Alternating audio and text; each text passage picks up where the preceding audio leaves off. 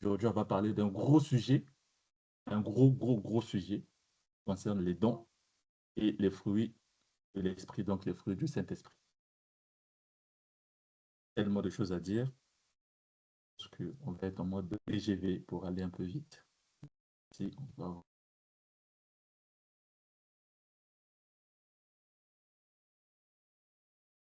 va commencer par les dons.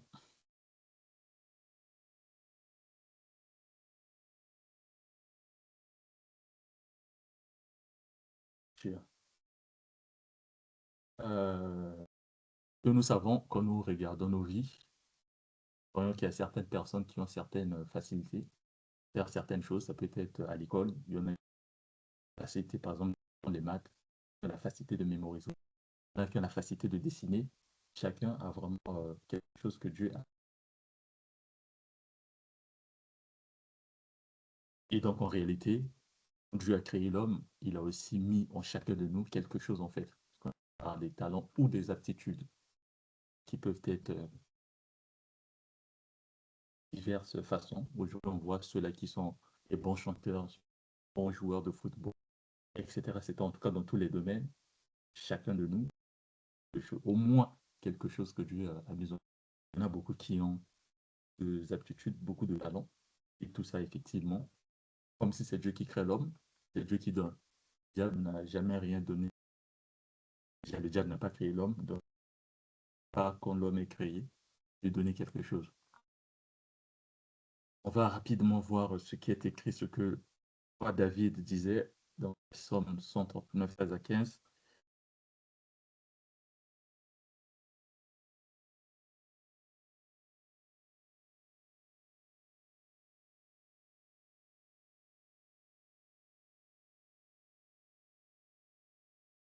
Psaume 139, 13 à 15. C'est toi qui as formé mes reins, qui m'as tissé dans le sein de ma mère. Je te loue de ce que je suis une créature si merveilleuse. Tes œuvres sont admirables, et mon âme le reconnaît bien. Mon corps n'était point caché devant toi, lorsque j'ai fait, lorsque plutôt j'ai été fait dans le lieu secret, tissé dans les profondeurs de la terre. C'est David, effectivement, qui parle un peu de sa création. Il dit il est une créature si merveilleuse. Effectivement, nous savons depuis le livre de la Genèse, on voit enfin, on dit que c'est Dieu qui a créé l'homme et la femme. Et là, effectivement, David vient encore le confirmer, parce qu'on peut peut-être dire que pour certains qui vont chercher des trucs chez des féticheurs, peut-être chercher des naissances ou des grossesses chez les féticheurs, ils vont croire que c'est Dieu, enfin, c'est le féticheur qui a doit donner. Donc, en réalité, le féticheur n'a jamais le pouvoir de créer un être. Donc là, David, lui aussi, vient encore appuyer dessus pour confirmer que pour lui, ça vient de Dieu. Et il dit qu'il est une créature merveilleuse. Dans le livre de Matthieu, parce que Matthieu nous dit dans Matthieu 25, 15, il est écrit, il donna 5 talents à l'un, 2 à l'autre et un troisième à chaque, enfin, un au troisième, à chacun selon sa capacité, et il partit. Ça, on parle des paraboles de talents, de ce chef qui partait en mission et puis qui a laissé de l'argent à qui a laissé de l'argent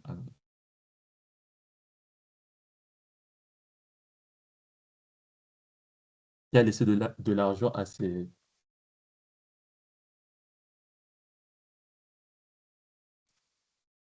serviteurs. Par rapport à ça, on voit bien que il a donné à chacun selon sa capacité. Donc aujourd'hui aussi, Dieu nous donne à chacun de nous selon nos capacités. Gens qui cherchent à se-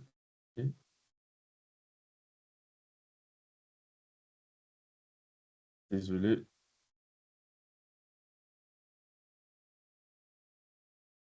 il y a une personne qui est en attente. Je dois gérer ça.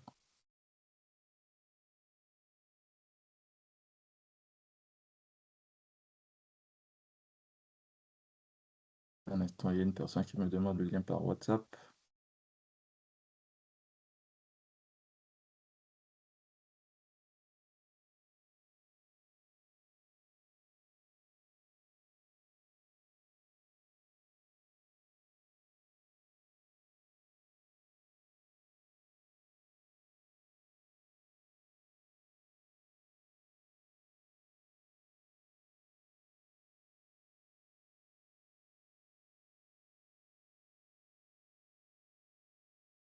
OK, très bien.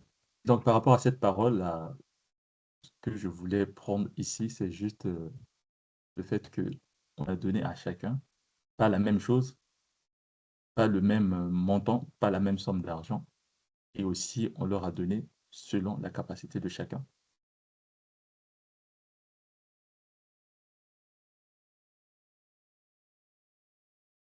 Et dans Exode 31.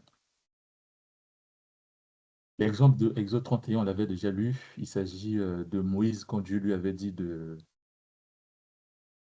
construire le temple et qu'il avait choisi certaines personnes qui devaient l'accompagner, qui Dieu lui-même avait mis son esprit. Je vais lire Exode 31 du premier, peut-être pas jusqu'à la fin, parce que c'est des choses qu'on a déjà lues. L'Éternel parla à Moïse et dit: sache que j'ai choisi Bezalel, fils d'Uri, fils de Hur, de la tribu de Juda. Je l'ai rempli de l'esprit de Dieu, de sagesse, d'intelligence et de savoir toutes sortes d'ouvrages. Je l'ai rendu capable de faire des inventions, de travailler l'or, les reins, enfin l'argent et les reins, de graver des pierres à enchâsser, de travailler le bois et d'exécuter toutes sortes d'ouvrages. Je pense que je vais m'arrêter là. On a déjà lu ça pour ne pas trop passer du temps sur ça. Et effectivement, par rapport à ça, ce que nous comprenons encore une fois, que Dieu, par son esprit, il a donné à cette personne-là des capacités pour pouvoir aider Moïse à construire le temple. Il n'y avait pas que lui, je pense un peu vers la fin, il y avait encore un autre. On parle aussi au verset 6 donc, et voici, je lui ai donné pour aide Oliab, fils d'Aïsamach de la tribu de Juda. J'ai mis de l'intelligence dans l'esprit de tous ceux qui sont habiles pour qu'ils fassent tout ce que je t'ai ordonné. Donc ça, c'est Dieu lui-même qui a donné. Donc il leur a donné des aptitudes pour pouvoir aider Moïse à construire ce temple.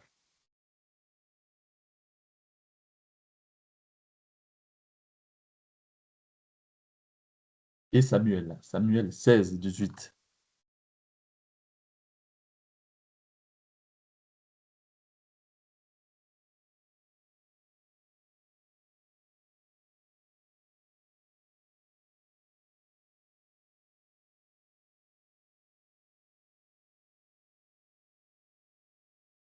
Ça, c'est Samuel 1, 16, 18, c'est l'exemple de David qui savait jouer à la harpe. L'un des serviteurs prit la parole. Ça, c'est quand Saül était un peu troublé et qu'il avait besoin d'aide et qu'il y avait David qui venait jouer à la harpe et puis ça lui faisait du bien. Donc l'un des serviteurs prit la parole et dit, voici, j'ai vu un fils d'Isaïe, Bethléemite, qui sait jouer. C'est aussi un homme fort et vaillant, un guerrier, parlant bien et d'une belle figure. Et l'Éternel est avec lui. Encore des aptitudes.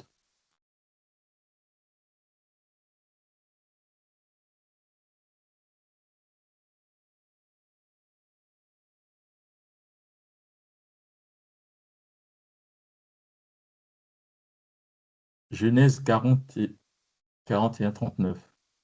Et Pharaon dit à Joseph, puisque Dieu t'a fait connaître toutes ces choses, il n'y a personne qui soit aussi intelligent et aussi sage que toi. Ça, c'est l'exemple de Joseph quand il avait interprété le songe de Pharaon. Il avait aussi des aptitudes que Dieu avait mises en lui. On va voir Daniel. Daniel et ses potes. Dans le livre de Daniel 1, versets 3 à 4, le roi donna l'ordre à Ashpenaz, chef des eunuques, d'amener quelques-uns des enfants d'Israël, de la race royale ou de la famille noble, de jeunes garçons sans défaut corporel, beaux de figure, doués de sagesse, d'intelligence et d'instruction, capables de servir dans le palais du roi, et à qui l'on enseignait les lettres de la langue des Chaldéens.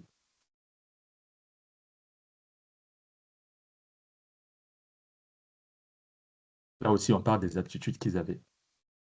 doués de sagesse, d'intelligence et d'instruction, capables de servir dans la maison du roi. Bon, capables de servir, ça c'est le roi qui cherchait des gens capables, mais eux, si on les a choisis parce qu'ils avaient quelque chose en eux.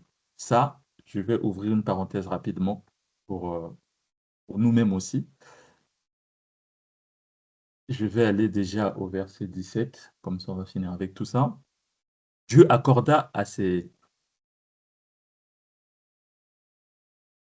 4 jeunes gens de la science, de l'intelligence dans toutes les lettres et de la sagesse. Et Daniel expliquait toutes les visions et tous les songes.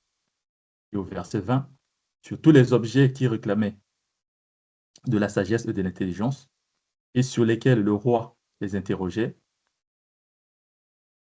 il les trouvait 10 fois supérieurs à tous les magiciens et astrologues qui étaient dans tout le royaume. Ah, donc la parenthèse que je voulais ouvrir par rapport à Daniel, si je reviens au verset 3, on a dit, le roi donna l'ordre à Ashpenaz, chef des eunuques, d'amener quelques-uns des enfants d'Israël, de la race royale ou de la famille noble, de jeunes garçons sans défaut corporel, beaux de figure, doués de sagesse, d'intelligence et d'instruction, capables de servir dans la maison du roi et à qui l'on enseignait les lettres et la langue des Chaldéens. Comme je disais, effectivement, le diable, lui, en réalité, il fait que de fois copier, utiliser, prendre pour certaines personnes, ils ne sont peut-être pas éclairés. Donc pourquoi ça? Pourquoi je m'attelle un peu sur ce passage-là? Parce que comme certains, entre guillemets, chrétiens, quand ils ont des besoins, des problèmes, etc., qui vont des fois consulter ou chercher des trucs chez les féticheurs, chez les marabouts, etc., sans pourtant voir ce qu'il y a derrière et ils se retrouvent des fois dans des problèmes. Pourquoi? Bah parce que là, comme on a compris, le diable, lui non plus, il ne prend pas n'importe qui. Parce que le roi dont on parle ici, ce n'était pas un roi chrétien. C'était le roi de Babylone qui avait assiégé les enfants d'Israël. Donc ce roi ne prenait pas n'importe qui. Il prenait quand même des gens qui avaient quelque chose en eux, qui étaient sages, intelligents, beaux, etc. Donc même le diable, il a besoin de quelque chose. Il n'a pas besoin des gens qui n'ont rien. Et ce qui fait qu'aujourd'hui, pour certaines personnes, pour certaines femmes, ou certains garçons, prenons l'exemple de femmes par exemple, qui vont aller chez ces gens-là, peut-être consulter, et derrière, bah, ces gens vont justement se servir de ce qu'ils ont déjà. Ça peut être se servir de leur beauté par exemple, ou de leur je sais pas quoi, les utiliser, et après à un moment donné, on voit la vie d'une personne complètement, complètement changée, une personne qui était bien, qui priait, bah, qui finalement se jette dans une vie qui ne glorifie pas du tout l'Éternel, parce que le diable, justement, a profité de ce que cette personne avait. Donc, comme le diable, on a compris que le diable ne prend pas n'importe qui non plus. Il prend quelqu'un qui a déjà quelque chose, qui peut lui apporter quelque chose. Donc, ce qui nous permet aussi, d'un autre côté, de comprendre que aujourd'hui, s'il y a des gens qui se sentent peut-être aussi, en quelque sorte, menacés ou peut-être beaucoup combattus par peut-être l'ennemi, ça peut s'expliquer par le fait qu'ils ont quelque chose, enfin, ces gens-là ont quelque chose en eux. Parce que le diable cherche justement à utiliser cette chose. Et donc ça aussi, si on n'en prend pas conscience, le diable, enfin, on peut devenir esclave de ces esprits-là, sans pourtant le savoir que c'est justement parce que le diable cherche à avoir quelque chose en nous.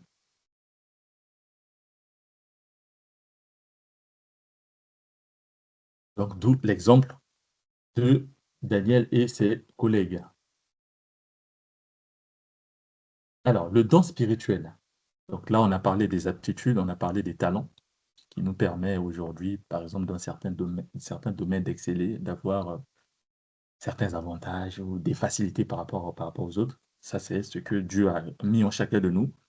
Ça peut concerner les chrétiens ou les pas chrétiens. C'est Dieu qui a créé, qui a donné comme ça parce qu'il donne à qui il veut. Aujourd'hui, on voit certaines personnes qui ont eu des dons, par exemple, d'être des bons joueurs de football, bah, qui excellent, qui sont devenus des millionnaires, etc., mais qui ne croient pas, parfois pas en Dieu. Mais c'est le don que Dieu a mis et comme nous le savons, Dieu ne retire pas ses dons. Donc Dieu ne donne pas ces aptitudes-là qu'à des gens qui croient. Non, à toute personne, nous voyons que les gens ont quelque chose. Aujourd'hui, nous voyons des gens qui ont créé des avions, qui ont créé, qui ont fait beaucoup d'innovations dans ce monde, mais ce n'est pas forcément des gens qui sont des chrétiens. Ou ce n'est pas forcément des gens qui croient en Dieu.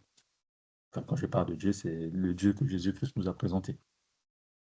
Donc ces aptitudes-là existent, bien évidemment. C'est des choses que Dieu a données à chacun de nous et puis chacun fait comme il veut.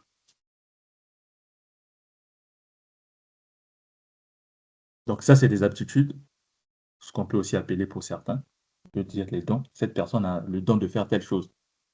Je reviens pas sur ça.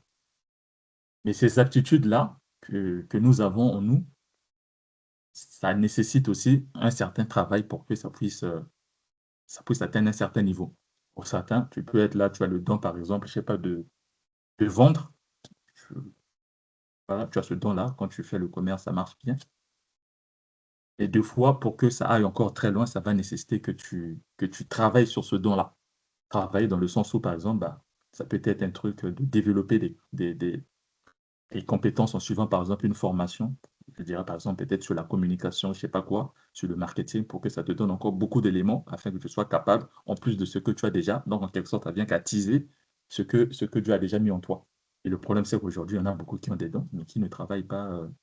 Les gens reconnaissent qu'un tel a tel don, mais ce don ne fait rien parce que le don n'est pas travaillé, en fait. La personne ne travaille pas pour développer son don. Bah, comment développer? Ça, on verra ça par la suite. Donc ça, c'est des aptitudes, comme je disais, ou des talents que Dieu a mis en chacun de nous. Ça peut aussi te conduire, pour certains, comme on a vu, des footballeurs. Ça peut faire à ce que cette personne-là réussisse dans sa vie à travers le football. Ça peut être aussi la musique, ça peut être je sais pas quoi, etc., etc. Voilà.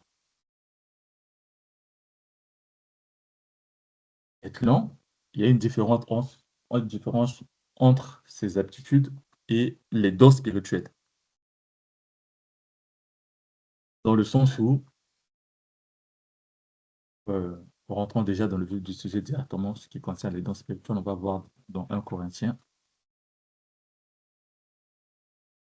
1 Corinthiens 12, où on parle des dons. 1 Corinthiens 12, à partir du premier verset. Pour ce qui concerne les dons spirituels, là on parle maintenant des dons spirituels, ce n'est pas les aptitudes ou les talents que nous avons. C'est vrai que c'est Dieu qui donne, mais là on parle vraiment des dons spirituels. Pour ce qui concerne les dons spirituels, je ne veux pas, frères, que vous soyez dans l'ignorance. Vous savez que lorsque vous étiez païen, vous vous laissiez entraîner vers les idoles muettes, selon que vous étiez conduits. C'est pourquoi je vous déclare que nul, s'il parle par l'Esprit de Dieu, ne dit Jésus est anathème et que nul ne peut dire Jésus est le Seigneur si ce n'est par le Saint-Esprit. Il y a diversité des dons, mais le même esprit. Diversité de dons, mais le même esprit. Ici, Paul parle à des gens qui connaissaient déjà Christ, en fait, qui suivaient Christ. Donc, je dirais, entre guillemets, à des chrétiens. Qui dit lorsque vous étiez païens. Donc aujourd'hui, ils ne le sont plus. Donc aujourd'hui, certaines personnes, ou des païens, aujourd'hui même des chrétiens, le problème c'est qu'il y en a qui vont chercher des solutions de gauche à droite, qui s'entraînent encore aujourd'hui vers des idoles. Comme il dit, vous vous laissiez entraîner vers des idoles muettes selon que vous étiez conduits. Parce que, pourquoi? Bah parce que ces gens voyaient, en fait, quand on partait là-bas, il y avait peut-être des manifestations, on avait des fois des messages, des prophéties, etc. Peut-être des solutions, des lavages pour ces gens-là. Donc, c'était une bonne chose. Peut-être que ça venait de Dieu. Et l'apôtre Paul vient le décortiquer pour dire que non, en fait, quand vous étiez païen avant, c'est ce que vous faisiez. Mais aujourd'hui, ce n'est pas ça. En fait, il vient maintenant dévoiler la vérité que chez des chrétiens, il y a des dons qui existent. Il y a diversité de dons que Dieu a donnés par le Saint-Esprit. Donc au verset 4, il dit, il y a diversité des dons. Diversité de dons, mais le même esprit. Diversité de ministères, mais le même Seigneur. Diversité d'opérations, mais le même Dieu qui opère tout en tous. Or, à chacun, la manifestation de l'esprit est donnée pour l'utilité commune. Donc là, on parle aussi du rôle du don, l'importance du don. Ce qui est différent des talents. Les dons, Dieu te donne ça pour l'utilité commune. L'utilité commune ici pour servir le corps du Christ. Ça devient différent.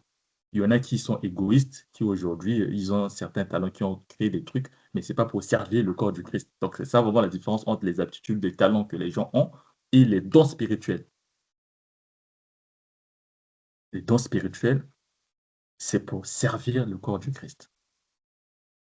Mais les aptitudes, c'est pour que, pour certaines personnes, ils vont peut-être s'épanouir par rapport à ça, etc., etc.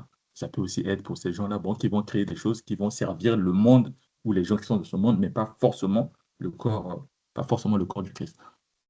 Donc, or, au verset 7, or, à chacun, la manifestation de l'Esprit est donnée pour l'utilité commune. En effet, à l'un est donné par l'Esprit une parole de sagesse, à un autre une parole de connaissance. Là, tout ça, c'est les différents dons, selon le même Esprit, à un autre la foi, par le même Esprit, à un autre le don de guérison, donc le don de guérison, par le même Esprit, à un autre le don d'opérer des miracles, à un autre la prophétie, à un autre le discernement des esprits, à un autre la diversité des langues, à un autre l'interprétation des langues.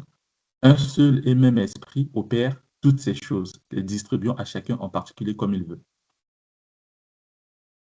Car comme le corps est un et a plusieurs membres, et comme tous, plutôt, et comme tous les membres du corps, malgré leur nombre, ne forment qu'un seul corps. Ainsi, on est ainsi de Christ. Donc, comme on vient de lire tout ce que le Saint-Esprit fait dans la vie des chrétiens et ces différents dons, nous remarquons bien qu'en fait, ces choses, c'est des choses qu'on ne monétise pas. C'est des choses qu'on fait gratuitement normalement. Le don de guérison, c'est pour guérir les gens. Guérir qui? Et les gens qui forment en quelque sorte le corps du Christ, comme on a dit, c'est pour l'utilité commune. Donc tout cela, comme au verset 12, on a dit, on parle du corps, en fait. Comme le corps a un et plusieurs membres, et comme tous les membres du corps, malgré leur nombre, ne forment qu'un seul corps, ainsi en est-il de Christ. Alors, comme nous savons que tous les chrétiens forment en quelque sorte le corps du Christ, en fait, donc l'épouse. Donc tout ça, tous ces différents dons, les dons de l'esprit, c'est pour servir ceux qui sont normalement dans le corps du Christ. Donc c'est pour servir le don qu'on nous a donné, le don que Dieu donne, le don spirituel, c'est pour servir. C'est différent des aptitudes.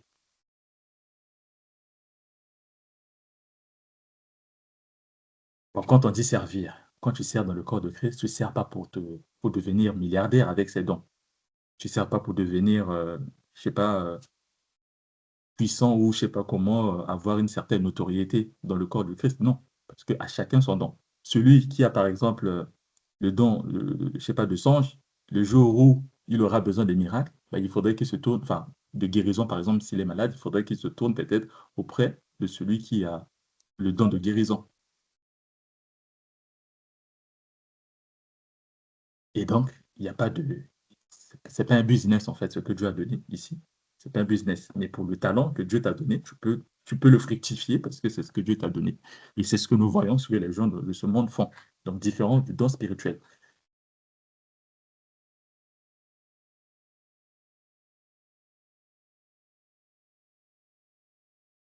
Romains 12 de 3 à 8. Par la grâce qui m'a été donnée, je dis à chacun de vous de n'avoir pas de lui-même une trop haute opinion, mais de revêtir des sentiments modestes selon la mesure de la foi que Dieu a départie à chacun. Car comme nous avons plusieurs membres dans un seul corps et que tous les membres n'ont pas la même fonction, ainsi, nous qui sommes plusieurs, nous formons un seul corps en Christ. Et nous sommes tous membres les uns des autres, puisque nous avons des dons différents selon la grâce qui nous a été accordée, que celui qui a le don de prophétie l'exerce selon l'analogie de la foi, que celui qui est appelé au ministère s'attache à son ministère, que celui qui enseigne s'attache à son enseignement, et que celui qui exhorte,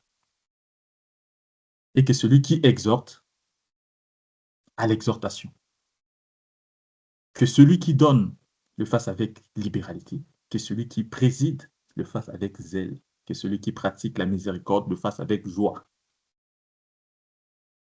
Donc là encore une fois, Chacun a reçu des dons différents des autres. Donc, il n'y a pas de jalousie, qui un tel a tel don. Moi aussi, il faudrait que je devienne comme un tel. Non. Dieu a donné à chacun et lui, il sait pourquoi il a donné. Mais toutefois, si on a besoin, on peut demander. Il n'y a pas de jalousie pour dire que non, moi aussi, je veux devenir comme un tel. Non. Dieu lui-même, il sait pourquoi est-ce qu'il a donné. Peut-être dans la situation, dans le milieu où tu te trouves, Dieu a besoin que tu aies ce don-là, mais pas l'autre don. Donc, il te donne parce qu'il sait. Il connaît les besoins de ceux qui sont tout autour de toi. Donc, il te donne ce don-là pour que toi, tu puisses servir. Parce que le don, c'est pour servir.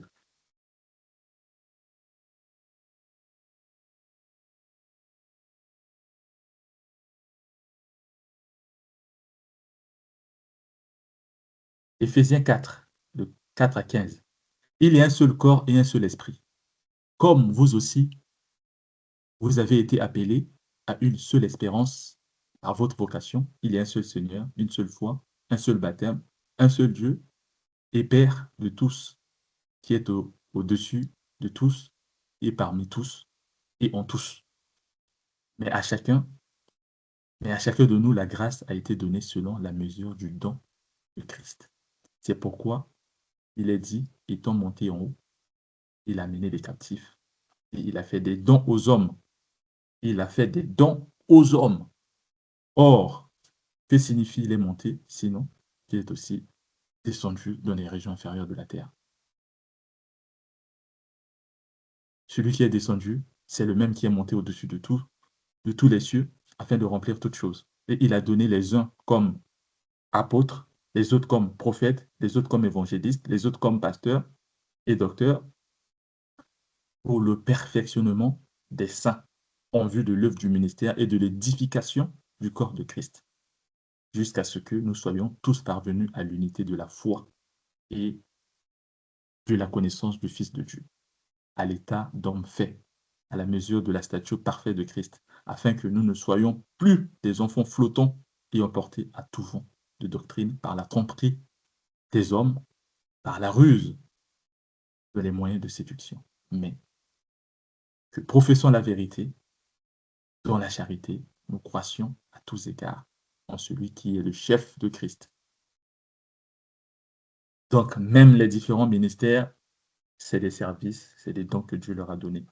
Que chacun fasse le travail qu'il faut. Donc, encore une fois, le don que Dieu nous a donné, c'est pour servir. Ce n'est pas pour vendre, ce n'est pas pour devenir riche, etc., etc.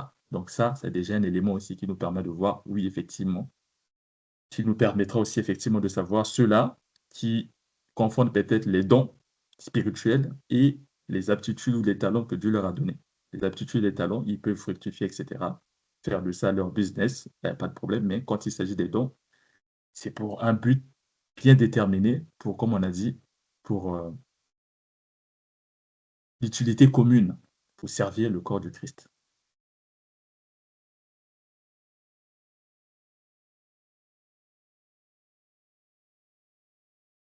Sauf que aujourd'hui, il y en a qui utilisent les dons spirituels pour, au lieu de servir le corps de Christ, mais pour les dépouiller, pour prendre encore leur argent, et que c'est pour garder les gens dans la servitude. Parce que lui, on sait qu'il a le don de prophétie, le don, je sais pas, de guérison. Les gens viendront vers lui et bah, pour faire ça, pour faire ce travail-là, il faut lui donner de l'argent. Et pendant que l'objectif, c'est pas ça. Ce que la parole de Dieu nous dit, l'objectif, c'est pas ça. C'est pas de demander de l'argent pour manifester le don spirituel qu'il a mis en nous. Donc, pour ces gens-là, ils n'ont peut-être qu'à à chercher les dons ou les aptitudes, enfin, les talents, les aptitudes que Dieu a mis en eux, qui travaillent dessus pour que ça puisse produire quelque chose. S'ils ont la capacité de créer des choses, qui créent des choses, vendre ou je sais pas quoi, parce que Dieu a mis en eux pour qu'ils puissent avoir de l'argent. Mais les dons spirituels, ce n'est pas monétisable.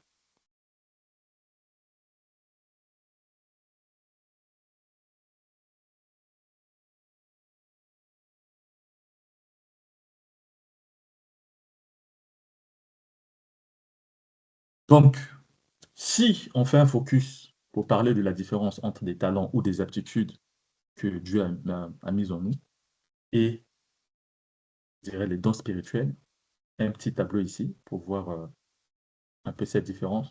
Le talent naturel ou les aptitudes que Dieu nous donne, en réalité, tout être humain a au moins quelque chose. On est au moins fort sur quelque chose. on a au moins des facilités sur quelque chose. Ça peut aller dans tous les sens, ça peut aller sur le fait de parler, d'être, je sais pas, d'avoir des capacités de diriger et d'apprendre des langues, de chanter, de danser, de jouer au foot, et cetera. Chacun de nous a au moins quelque chose, en fait. C'est ce qui fait que quelqu'un a au moins un rôle à jouer aussi dans cette société, même si on ne prie pas. Donc sur cette première ligne, or le don spirituel, c'est donné par l'esprit. Là, c'est maintenant la différence. C'est vrai que le don, c'est toujours Dieu qui donne, mais le don spirituel, c'est le Saint-Esprit, en fait, maintenant, qui donne ça, en fait. Parce que tout le monde, enfin, tu peux pas être, je dirais peut-être, un vrai pasteur ou un vrai évangéliste ou avoir le ministère, prophétique si jamais l'Esprit ne te l'a pas donné. Il y en a qui font faire peut-être du forcing aujourd'hui, mais on voit aussi les résultats derrière. Deuxième ligne, le talent, même un non-croyant, comme je disais, peut l'avoir parce que c'est Dieu qui l'a créé, même s'il ne croit pas. Peut-être en ce temps-là, Dieu, quand il l'a créé, on a vu avec l'exemple de David qui dévoilait encore son origine, en fait, de ce qui concerne sa création. Donc, même aujourd'hui, les dons, les talents, tout ça, même les non-croyants, les non-chrétiens, en ont.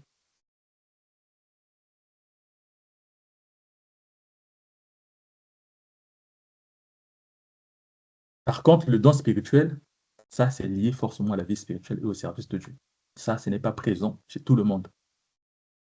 Comme je disais, le ministère prophétique, par exemple, il n'y a que celui qui a l'esprit qui peut l'avoir. Si tu n'as pas ce don-là, tu ne peux pas l'avoir. Donc, les talents ou les aptitudes naturelles, ça peut servir, oui, effectivement, comme je disais, dans la vie professionnelle ou dans la vie sociale, dans la société, tu as certains avantages que les autres n'ont pas. Comme les footballeurs, même s'ils ne croient pas, mais le don qu'il a en lui, ça lui permet aujourd'hui de faire quelque chose avec, peut-être de devenir, voilà, de vivre sa vie avec. Il y en a qui savent peut-être bien parler, qui ont cette aisance-là à parler, bah, qui au final sont devenus, par exemple, des journalistes, et cetera. Ça, voilà, ça va leur servir dans ce sens. Mais le don spirituel, par contre, c'est pas fait, comme je disais, c'est pas fait pour le business. C'est fait pour servir et édifier l'Église. Donc, ces dons-là, on ne devrait pas plutôt voir une personne qui manifeste ce don, mais qui le fructifie, qui demande de l'argent derrière. Ça, ce n'est pas servir, en fait, parce que quand nous servons, en quelque sorte, ça veut dire que nous servons Dieu. Parce que Dieu nous a donné ça pour servir. Donc, le travail que nous faisons, c'est pour le servir. Donc, si nous demandons de l'argent, ça veut dire qu'en quelque sorte, nous demandons à Christ ou à Dieu de nous donner de l'argent pour le service que lui nous demande de faire. Donc, problème. Maintenant, les talents ou aptitudes naturelles, ça se développe, ça peut se développer par la formation, par la pratique. Donc, en suivant une certaine formation, tu avais déjà le truc en toi.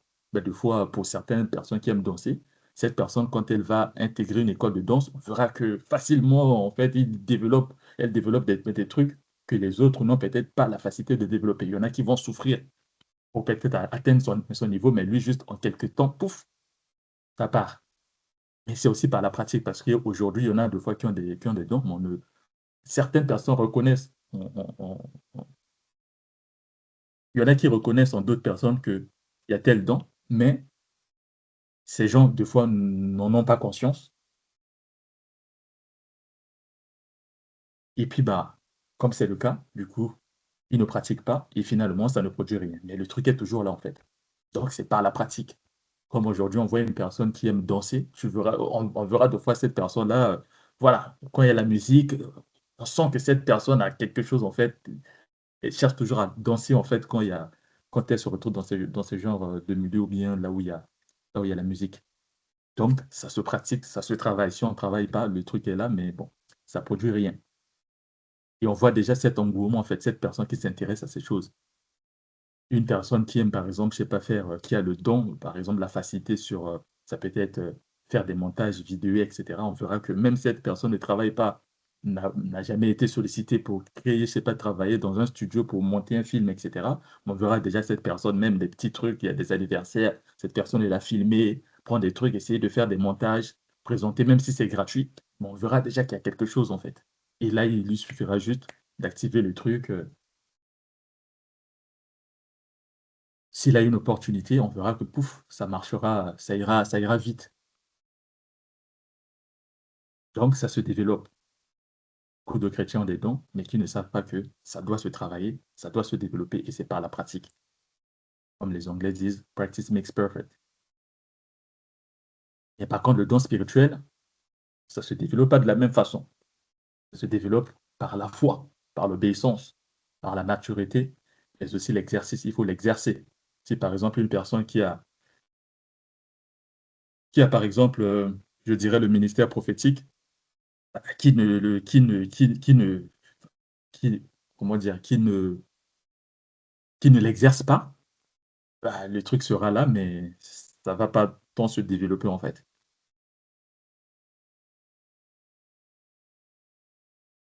On voit certaines personnes qui ont des fois des dons, par exemple, je sais pas, de vision, etc. Il y en a qui disent même non, moi, Seigneur, en fait, quand je vois des visions, moi, ça me fait tellement peur, j'en ai pas besoin. Et à ce moment-là, à un moment donné aussi, on voit que ça disparaît. Donc, ces gens non plus ne voient plus rien. Et donc, c'est par l'exercice, on voit ça, oui, on tient le coup, on continue de transmettre ce qu'on a, comme ce qu'on reçoit comme information au fur et à mesure. Bien évidemment, on continue aussi en parallèle, restant dans la foi, dans l'obéissance, etc., etc. Apprendre encore davantage sur la parole de Dieu, c'est ce qui permettra que ça se développe encore davantage.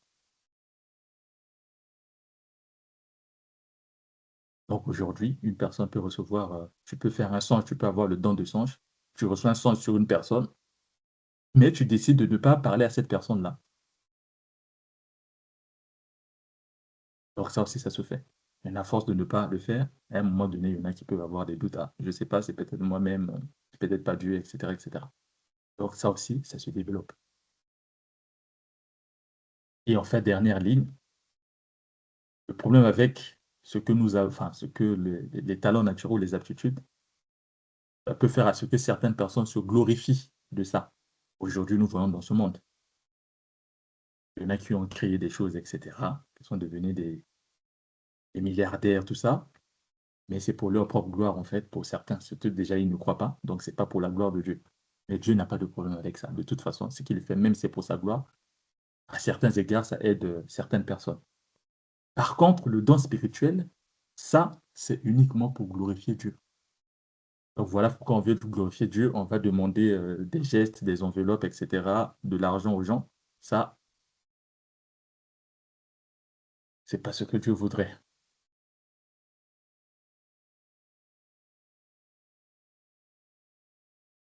Pourquoi Dieu donne-t-il des dons?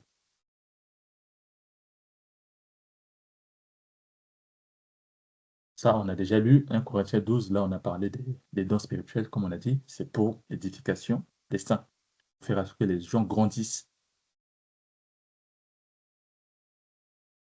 Pour certains, ça peut être dans la foi, pour certains, ça peut être dans beaucoup de choses, etc., etc. Parce qu'avant, les païens, avant que les gens ne deviennent chrétiens, ils ne savaient pas qu'il y avait ces dons-là chez les chrétiens.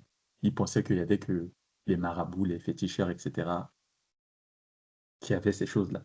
Voilà pourquoi l'apôtre Paul a martelé dessus pour dire que non, quand vous étiez païen, vous vous abandonniez à ce genre de choses. Mais aujourd'hui, sachez-le que Dieu, par le Saint-Esprit, il a mis en chacun de nous, dans son corps, des dons. Donc c'est pour dire que n'allez plus chercher ailleurs. Il y en a qui ont les dons de guérison, il y en a qui ont les dons de vision, il y en a qui ont les dons de parler en langue, il y en a qui ont les dons de prophétie, etc., etc. Donc dans le corps de Christ, on a tout. Donc n'allez plus ailleurs.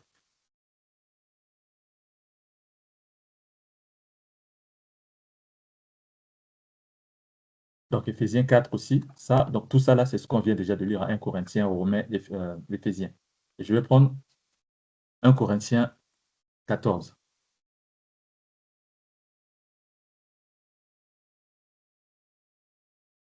1 Corinthiens 14, 26. Que faire donc ça? La question, c'est toujours pourquoi Dieu donne-t-il des dons? On a déjà vu en partie, c'est pour servir son corps, ceux qui font partie du corps de Christ. Que faire donc, frères? Lorsque vous assemblez les uns ou les autres, enfin, ouais, les uns ou les autres, parmi vous,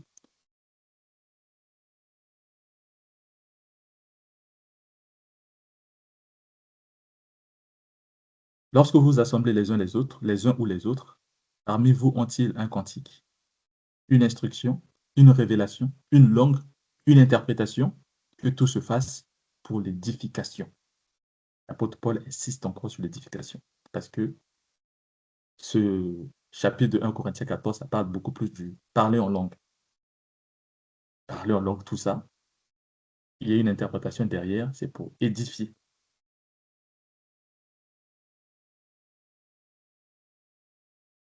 Et il ne parle pas du monde, il parle de ceux qui sont du royaume, donc les enfants de Dieu. Jean 16, 12 à 14. J'ai encore beaucoup de choses à vous dire, mais vous ne pouvez pas les porter maintenant. Quand le consolateur sera venu, l'Esprit de vérité vous conduira dans toute la vérité, car il ne parlera pas de lui-même, mais il dira tout ce qu'il aura entendu et il vous annoncera les choses à venir. Il me glorifiera parce qu'il prendra de ce qui est à moi et vous l'annoncera.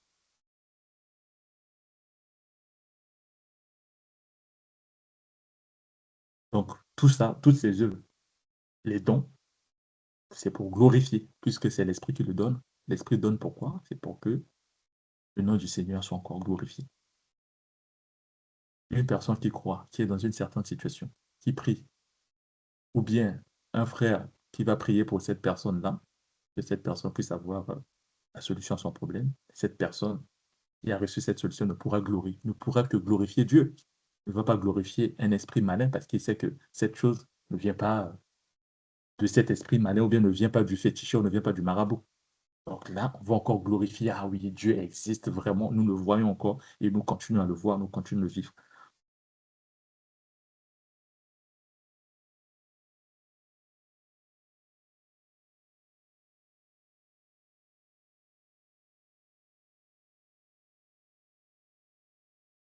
Donc voilà pourquoi Dieu nous donne des dons pour, pour le servir. Bon, la question on peut se poser aussi, est-ce qu'on peut avoir un don et être immature? Parce que, comme nous le savons, les dons, on parle de dons spirituels. Est-ce que c'est possible?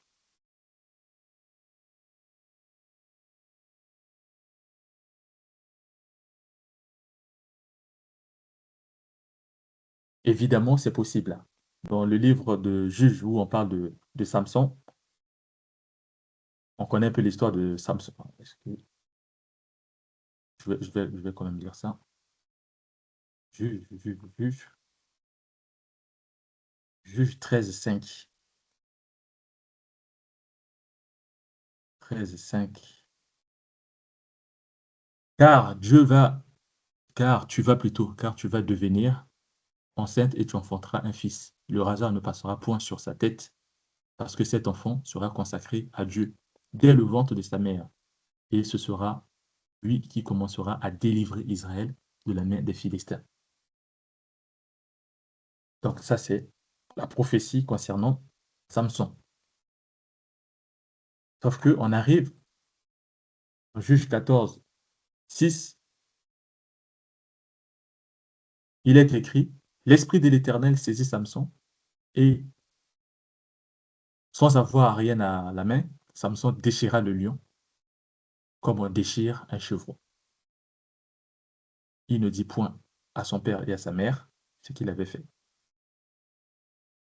Donc on voit qu'il avait une certaine puissance en lui, une certaine force de déchirer même un lion. Et ça, de façon naturelle, on ne peut pas l'avoir. Ça vient forcément de Dieu.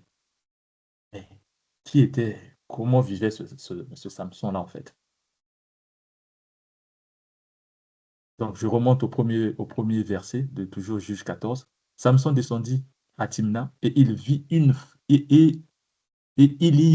femme parmi les filles des Philistins. Lorsqu'il fut remonté, il le déclara à son père et à sa mère et dit, j'ai vu à Timna une femme parmi les fils des Philistins. Prenez-la maintenant pour ma femme. Son père et sa mère lui dirent, n'y a-t-il point de femme parmi les filles de tes frères et dans tout notre peuple que tu ailles prendre une femme chez les Philistins qui sont incirconcis? Et Samson dit à son père, prends-la pour moi, car elle me plaît. Son père et sa mère ne savaient pas que cela venait de l'Éternel, car Samson cherchait une occasion de dispute de la part des Philistins. En ce temps-là, les Philistins dominaient sur Israël. Tout ça, c'était le plan de Dieu.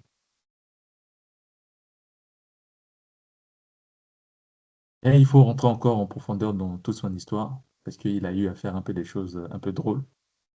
Même cette femme-là qu'il avait vue finalement, à cause un peu de ses bêtises, je dirais, cette femme et son père ont été tués par les Philistins. Et comme nous savons aussi l'histoire, le secret en ce qui concerne ses cheveux, la femme qu'il avait, je pense, c'était qui, Dalila, je ne sais pas qui a essayé un peu de l'amadouer jusqu'à ce qu'il avoue toute la vérité à cette femme. Mais pendant que cette femme était à plusieurs essais, et elle lui avait dit pourquoi. Mais finalement, il a cédé, il a dévoilé son secret, et c'est tout ce qui lui était arrivé. Donc il avait effectivement, il avait le don de Dieu, mais à un moment donné, il ne savait pas trop, enfin, on dirait qu'il n'était pas assez mature pour être capable de garder ça en secret pour lui. Même si effectivement derrière, il y avait un plan de Dieu derrière tout ça, parce qu'on a dit que c'est lui qui devait commencer à délivrer les enfants d'Israël. On voit un peu dans sa façon de faire, il savait que cette femme-là voulait justement le détruire. Mais au final, il a dit la vérité parce qu'il a été amadoué, il a été séduit, je ne sais pas quoi, par cette femme.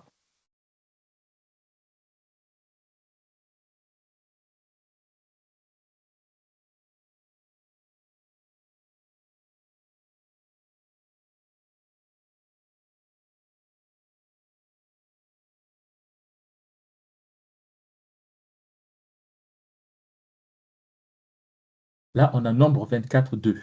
Il s'agit de Balaam. Balaam. Balaam, je commence à partir du premier verset.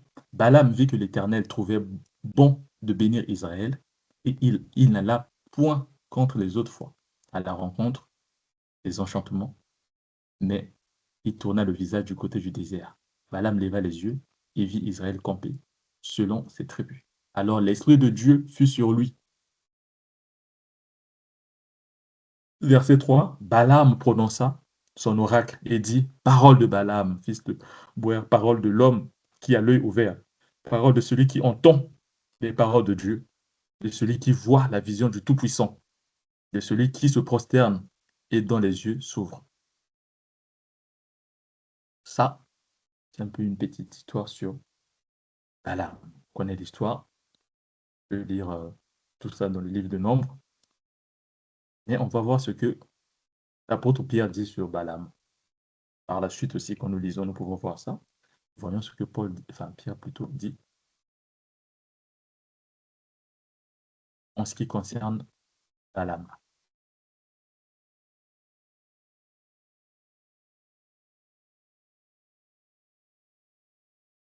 2 Pierre 2, 15 à 16. Après avoir quitté le droit chemin, ils se sont égarés en suivant la voie de Balaam, fils de Bosor, qui plutôt aima le salaire de l'iniquité, mais qui fut après repris pour sa transgression. Une ânesse muette faisant entendre une voix d'homme arrêta la démence du prophète. Il était prophète, oui, il avait la prophétie, mais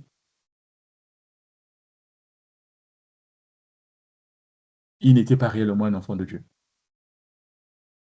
Et donc, ce qu'il faisait, c'était à cause d'argent. C'est vrai que Dieu lui parlait, Dieu l'avait utilisé en ce temps-là, mais il n'avait rien à voir avec Dieu.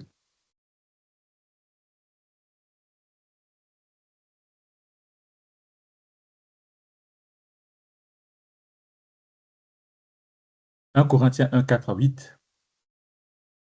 Je rends à mon Dieu de continuelles actions de grâce à votre sujet, pour la grâce de Dieu qui vous a été accordée en Jésus-Christ.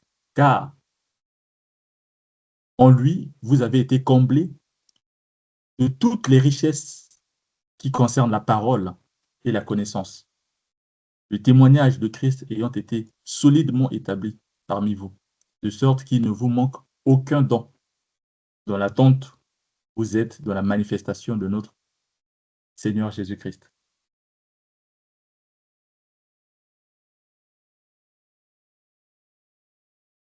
Il vous affermira aussi jusqu'à la fin pour que vous soyez irréprochables au jour de notre Seigneur. Dieu est fidèle,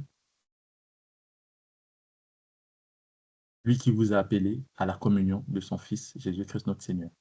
Ici, l'apôtre Paul parle à ces Corinthes, leur dire qu'ils avaient des dons, il ne leur manquait pas des dons. Et il était même content parce qu'il rendait continuellement grâce, il rendait continuellement des actions de grâce à leur sujet par rapport à, je dirais, leur état spirituel.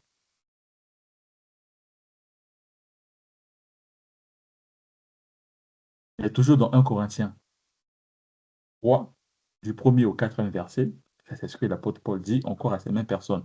Pour moi, frère, ce ne sont pas comme à des hommes spirituels que j'ai pu vous parler, mais comme à des hommes charnels, comme à des enfants en Christ. Je vous ai donné du lait, non de la nourriture solide, car vous ne pouviez pas la supporter. Et vous ne pouvez même pas à présent. Enfin, vous ne pouvez pas même à présent, parce que vous êtes encore charnel. En effet, puisqu'il y a parmi vous de la jalousie, des disputes, n'êtes-vous pas charnel et ne marchez-vous pas selon l'homme? Quand l'un dit, moi je suis de Paul, et l'autre, moi d'Apollos, n'êtes-vous pas des hommes? Donc ceux-là qui avaient effectivement des dons, ok, Paul rendait continuellement des actions de grâce auprès de Christ pour eux, mais là on dit qu'en fait, en réalité, c'est encore des hommes charnels. Est-ce qu'ils sont encore dans des choses, enfin, des petites choses spirituelles, des débats, des disputes, mais ils avaient quand même des dons. Donc on peut avoir des dons, mais être encore immature. Comme on a dit derrière, comme on a vu, ça se travaille. Donc il faut avoir une certaine conscience et le travail.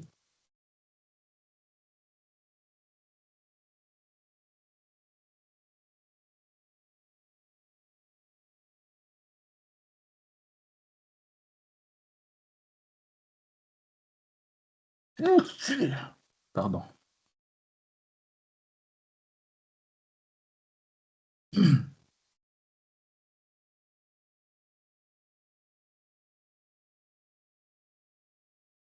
Donc, comme on disait aujourd'hui, pour certaines personnes, on peut voir que cette personne manifeste, je sais pas, par exemple, le don de vision.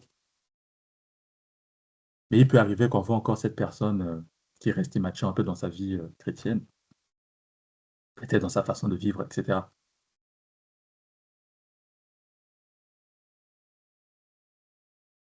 Ça peut arriver. Mais s'il y a trop de mauvaises choses, ça peut aussi s'éteindre. Le truc sera toujours là, il va falloir peut-être le raviver, mais ça peut s'éteindre, comme on disait, pour certaines personnes aussi, qui commencent à manifester des dons de vision, qui voient des choses, qui disent: «Ah non, non, non, moi, ça me fait peur, je ne veux pas voir ça». D'un autre côté, il y a aussi une certaine immaturité parce que si c'était une personne qui était déjà développée et qu'on sait que ses dons, c'est pour servir les autres, ben, on pourrait pas rejeter ça.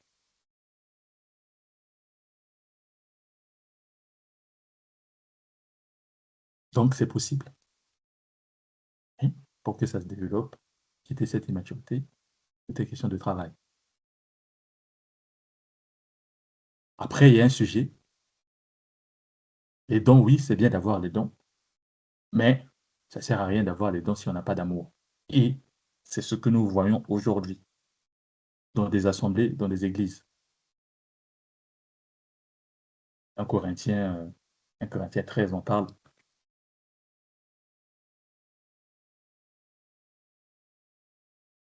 1 Corinthiens 13 de 1 à 3. Quand je parlerai les langues, comme on a compris le parler en langue, c'est des dons.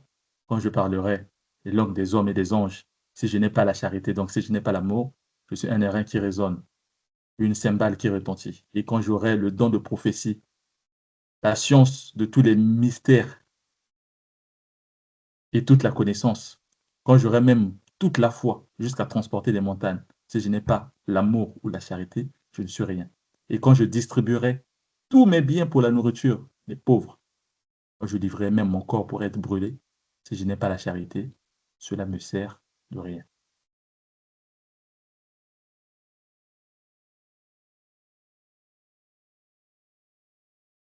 Je vais en même temps prendre 1 Jean 4 à 8. 1 Jean plutôt 4, verset 8. Celui qui aime, celui qui n'aime pas, n'a pas connu Dieu, car Dieu est amour, comme nous le savons. Dans son amour, il a tant aimé le monde qu'il a envoyé son Fils unique en sacrifice pour que nous puissions bénéficier de cette grâce. Donc Dieu est amour avant toute chose. Maintenant, si on a les dons que Dieu nous a donnés, il faudra que ces dons pour bien les manifester, enfin, selon le sens de Dieu, il faudrait que ce soit accompagné par l'amour. C'est l'amour qui nous pousse à faire ces choses. Là, il y a une différence. Les vraies personnes qui font des choses, qui exercent leurs dons dans l'amour, et ceux qui exercent ces dons, mais sans amour. L'amour de Dieu nous pousse à, par exemple, prier pour des gens, à donner, par exemple, des messages, des prophéties, sans demander de l'argent. Une personne qui est déjà souffrante, qui n'a pas d'argent, qui a besoin, qui est dans le besoin, qui vient te voir, toi qui as le truc, parce qu'il sait que, elle reconnaît que toi, tu as le don, je sais pas, de guérison, de prophétie, je sais pas de quoi, tu as des révélations. Cette personne vient vers toi. Elle est souffrante, elle a peut-être un problème, etc. Qui veut peut-être avoir un enfant, je ne sais pas moi. Qui vient te voir, toi, tu lui dis non, pour ça, prépare-moi d'abord une enveloppe, compris. Où est l'amour dans ça? Une personne qui est souffrante, qui cherche par exemple un boulot, je ne sais pas quoi, qui vient te voir, un pasteur, je ne sais pas quoi, prie pour moi, j'ai vraiment ce CV-là, je veux aller déposer. Je prie vraiment que ça puisse marcher. Cette personne vient te voir. Mais, ah bah, pour que ça puisse marcher, mon frère, il faut d'abord préparer une enveloppe parce que c'est quand tu donnes que Dieu va encore te donner, en fait. Dieu va bénir l'acte que tu auras fait. L'action de grâce, il faudrait que ce soit accompagné par une action de grâce. Et déjà, cette personne n'a rien. Des fois, même pour venir à l'église là où tu es, il a peut-être eu à faire, je ne sais pas, tant de kilomètres, aller-retour à pied. Mais il faudrait qu'on te donne cette enveloppe. L'amour n'existe pas. Ça montre qu'il n'y a pas d'amour. Donc, rattacher le don de Dieu à l'argent, ça veut dire qu'il n'y a pas d'amour. Ce que nous avons reçu, on a reçu gratuitement. Donc, on donne aussi gratuitement. Mais malheureusement, on voit l'amour. Donc, Dieu, comme si lui, il est amour, nous aussi, les dons qu'il a mis en nous, on les utilise. Donc, on le sert aussi par amour. Sinon, ça ne sert à rien.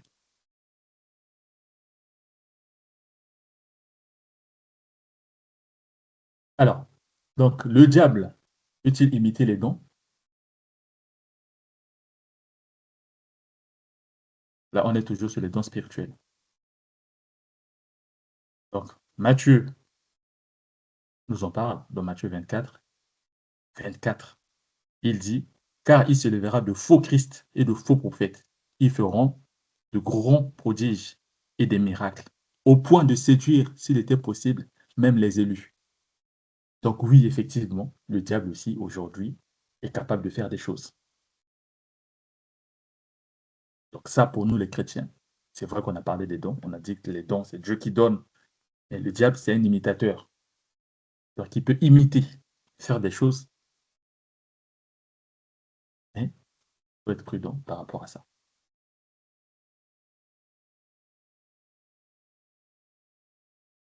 2 Thessaloniciens 9 à 10. L'apparition de cet impie se fera par la puissance de Satan, avec toutes sortes de miracles, de signes et de prodiges mensongers, et avec toutes les séductions de l'iniquité pour ceux qui périssent, parce qu'ils n'ont pas reçu l'amour. Ils n'ont pas reçu l'amour de la vérité pour être sauvés. Bon.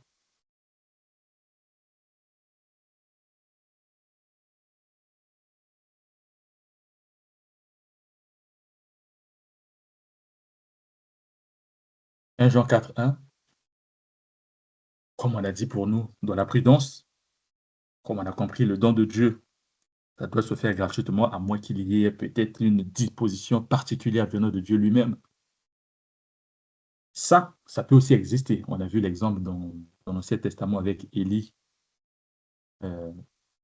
Dieu avait conduit vers cette dame qui lui restait qu'un peu de farine et un peu d'huile, faire ses gâteaux pour elle et son fils afin de mourir.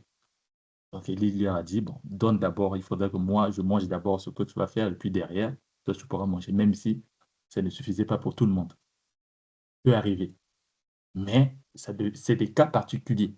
Ce n'est pas des cas où, en fait, ça devient comme une règle.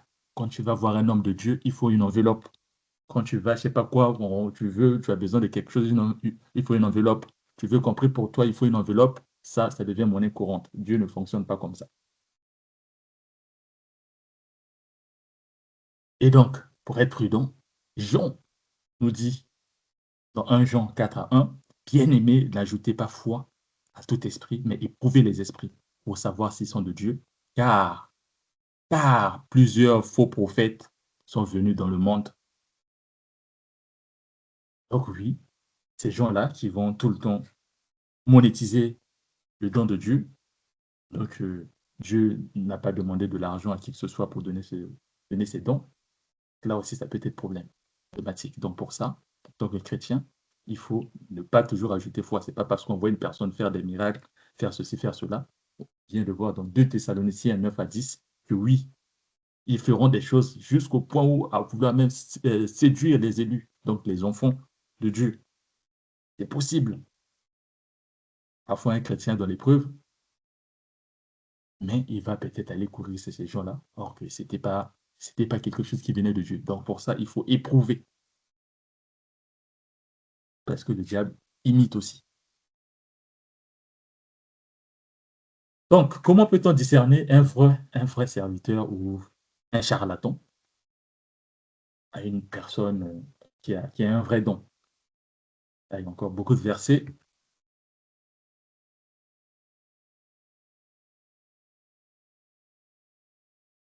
Matthieu 7, Matthieu 7, 16. Il est écrit, vous les reconnaîtrez à leurs fruits. Cueille-t-on des raisins sur les épines ou des figues sur des chardons? Bon, ça, c'est ce qu'on nous dit. Mais quand nous regardons la vie de tous les jours, nous savons que l'homme est très hypocrite. L'homme peut dire A, mais dans son cœur, il pense à B. Il peut te montrer l'amour aujourd'hui, mais dans son cœur, cet amour, c'était juste un moyen peut-être de t'attirer dans ses filets. Donc, l'hypocrisie. Les fruits, oui. On nous parle des fruits, des fruits. On les reconnaîtra.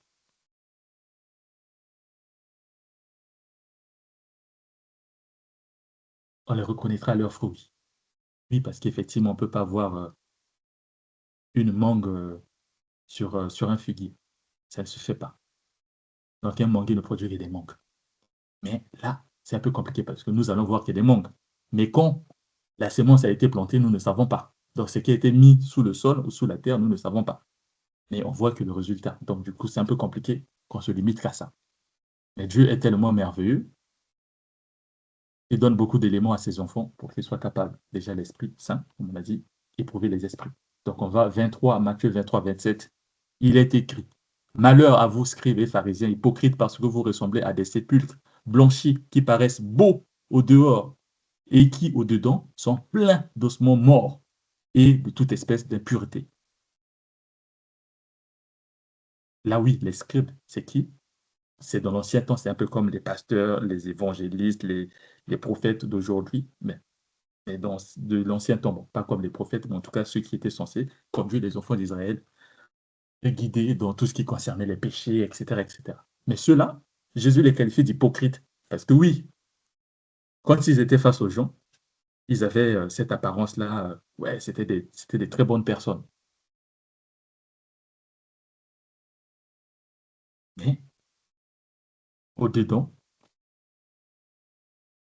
c'était des gens qui étaient considérés comme étant des gens morts, des hypocrites. Donc oui, ça existe.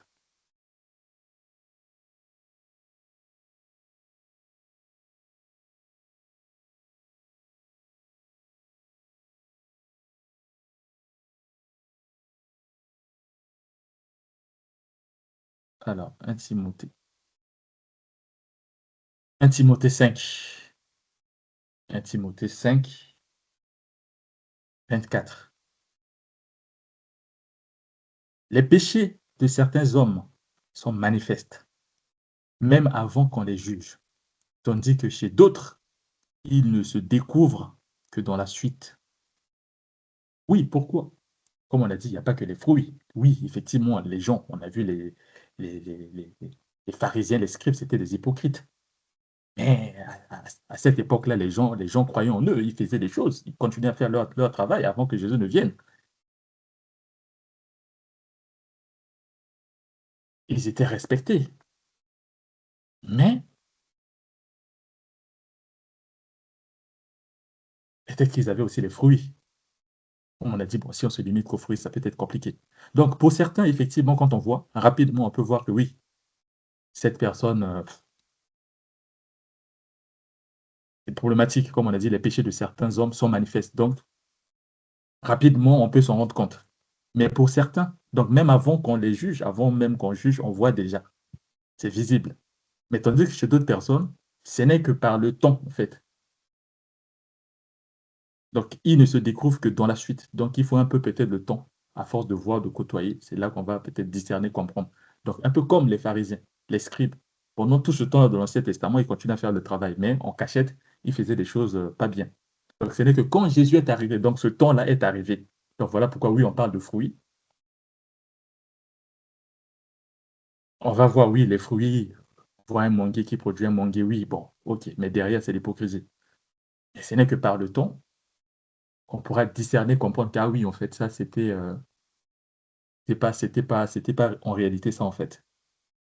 Donc le temps,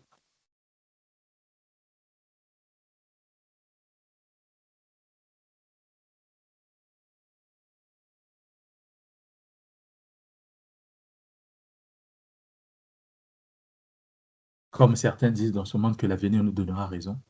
Oui, peut-être au temps présent, on ne voit pas les choses, mais ce n'est que par la suite, on voit. Donc ceux-là qui produisent des fruits, parce qu'on a dit qu'on les reconnaîtra leurs fruits, mais à un moment donné, on va se rendre compte que ces fruits-là, en réalité, c'était pas ça, en fait. C'était pas des bons fruits.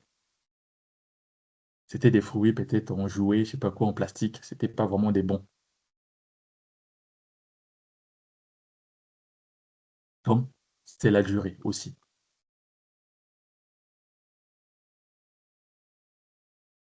C'est la durée. Pour certains, quand nous voyons ce que Matthieu dit, Matthieu 6,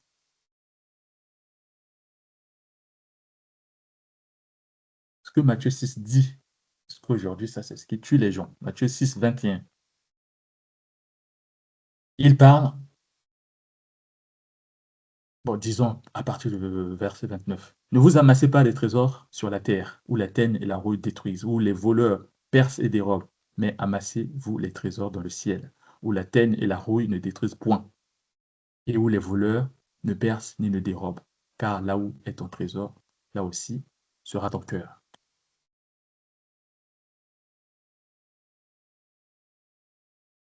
Un peu un peu ce rapport aujourd'hui à l'argent. Oui, ils vont prêcher, ils vont parler des choses, mais on voit que dans leurs attitudes, tout ce qu'ils veulent en réalité, ce n'est que l'argent en fait. Ceux qui prêchent beaucoup plus euh, l'évangile de la prospérité. Donc, au lieu d'enseigner des vraies choses, etc., mais ces gens-là disent que si tu donnes, tu auras ci, si tu donnes, tu auras un mariage, si tu donnes, tu vas voyager, si tu donnes, tu vas être ministre, si tu donnes, je vois quelque chose. Toujours autour de donner. Donc là aussi, même si les fruits que ces gens essaient se forcent à nous montrer paraissent peut-être corrects, mais sur le temps, sur la durée, on verra que, en fait, il suffit de bien analyser, ça nous permettra de comprendre certaines choses.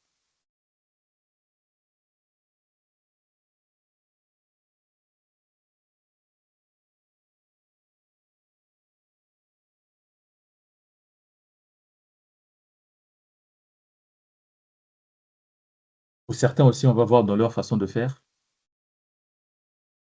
Marc 10, 42 à 45, Jésus les appela et leur dit, vous savez que ceux qu'on regarde comme les chefs des nations, les tyrannisent et que les grands les dominent. Il n'en est pas de même au milieu de vous. Mais quiconque veut être grand parmi vous, qu'il soit votre serviteur. Et quiconque veut être le premier parmi vous, qu'il soit l'esclave de tous. Car le Fils de l'homme est venu non pour servir, mais pour servir et donner sa vie comme la rançon de plusieurs. Donc, si on revient encore un peu en arrière sur les dons, ce n'est pas des talents. Les dons, c'est pour l'édification, c'est pour servir. Donc, ceux-là qui ont des dons, un don pastoral, un don évangélique, un don prophétique, un don, etc., c'est pour servir, pas pour le commerce. Et on voit aussi dans les attitudes, on voit que pour certains, ça devient un peu compliqué. Il y en a qui deviennent un peu des... Qui, bon, moi, qui deviennent un peu de fois gonflés. Moi, je suis un loin de Dieu. Moi, je suis ci, je suis ça. On voit une personne bien entourée. Il a des gens qui l'accompagnent et que c'est lui le maître et que tout le monde doit venir vers lui quand on est dans les besoins, doit venir vers lui, en fait. Mais quand nous voyons les apôtres, quand ils vivaient ensemble, quand Jésus était parti, ils vivaient tous ensemble dans la communion des biens. Celui qui vendait, je ne sais pas quoi, il venait déposer. Celui qui faisait son business, il venait déposer. Donc, ils se partageaient. Il n'y avait pas Pierre qui disait, non, mais moi, c'est Jésus qui m'a laissé la charge de l'Église, donc moi, je dois d'abord prendre ça. Je prends d'abord ça, et puis derrière, je vais vous donner ce qui vous reste. Non, ils vivaient tous ensemble, en communion.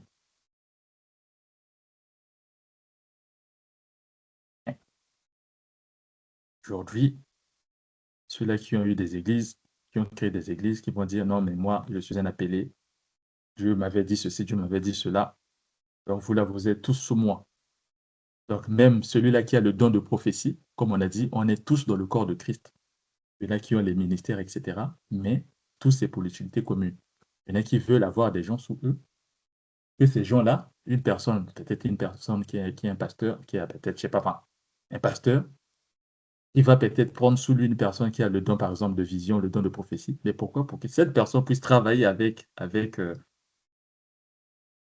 disons avec lui, afin que derrière, ça puisse toujours produire. Si nous voyons bien, le plus souvent, c'est pour des intérêts monétaires, toujours l'argent, en fait. Parce que oui, côté prophétie, c'est déjà géré, donc les gens vont venir, moi je dirige, on va donner de l'argent, moi je vais récupérer pour je sais pas quoi, les trucs de guérison, ceux-là qui ont des dons de guérison aussi, voilà, c'est toujours moi qui coordonne en fait, donc moi je reste un peu le chef. Donc tout ça, on est entre frères et sœurs en réalité, il ne devrait pas y avoir ce genre de choses.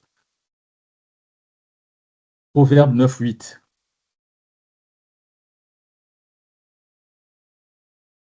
Proverbe 9, 8.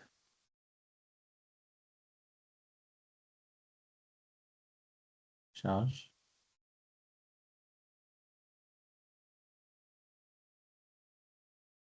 Bon. Aussi d'un autre côté, entre nous frères et sœurs, on peut aussi parler. Ah mon frère, cette chose-là, ce que tu as dit, moi, je ne suis pas trop sûr de ça. Qu'est-ce que tu en penses? Moi, je pense que, d'après ce que je lis dans la Bible, je vois des choses comme ça. On en parle, on en discute. L'apôtre Paul disait même que nous nous connaissons enfin, nous connaissons en partie, nous prophétisons en partie. Personne vraiment n'a le monopole de la vérité. Mais, Proverbe 9, 8 nous dit ceci. Ne prends pas, ne prends pas le moqueur. Enfin, ne reprends pas plutôt le moqueur de crainte qu'il te haïsse. Reprends le sage et il t'aimera. Je prends la partie de reprends le sage et il t'aimera. Donc, ces gens ont beaucoup plus, en fait, dans les églises, effectivement, c'est pas comme un peu notre fonctionnement aujourd'hui où bon, on peut poser des questions, on peut faire ci, on peut aussi voilà, rebondir sur certaines choses, donner un peu son avis. Mais là-bas, c'est que moi, je suis un loin de Dieu, je connais tout, tu peux pas m'apprendre quoi que ce soit. Toi, tu n'es que un frère, tu viens à l'église et tu viens qu'est-ce que tu veux m'enseigner, toi? Qu'est-ce que tu connais, toi, de la parole de Dieu? Tu sais, ça fait combien d'années que moi, je suis dans la parole de Dieu? Là aussi, il n'y a pas d'humilité, en fait.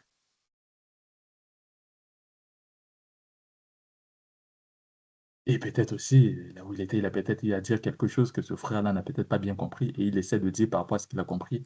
Mais non, pour lui, non, moi, j'ai reçu de Dieu, toi, tu n'es qu'un frère. Alors que nous savons tous, le frère aussi peut avoir un don.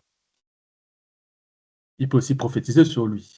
Il peut aussi peut-être avoir une vision sur lui que non, il y a peut-être quelque chose, un esprit qui, voilà, qui fait que peut-être son ministère se détourne. Mais lui, comme s'il est peut-être borné dans un truc, non, non, non, tu n'es qu'un frère, tu n'as rien à m'apprendre. Donc ça aussi, peut-être des éléments qui me permettent de discerner un vrai et un faux. Donc maintenant, on va passer aux fruits du Saint-Esprit. On a parlé donc des dons qui sont différents des fruits de l'esprit. Peut-être qu'on a tendance à mélanger. Donc, on a d'abord parlé des talents naturels ou des aptitudes naturelles. Et on a parlé des dons spirituels. Là, maintenant, on va parler des fruits de l'esprit. Donc, c'est dans le livre de Galates qu'on nous parle des fruits de l'esprit, beaucoup plus des fruits de l'esprit. On va directement aller là-bas. Galates 5.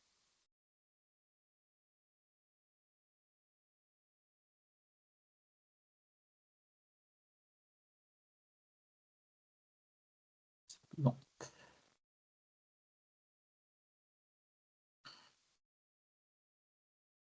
Galates 5, 22 à 23. Il est écrit, mais le fruit de l'esprit. On parle du fruit de l'esprit, donc ce que le produit, enfin le produit de l'esprit.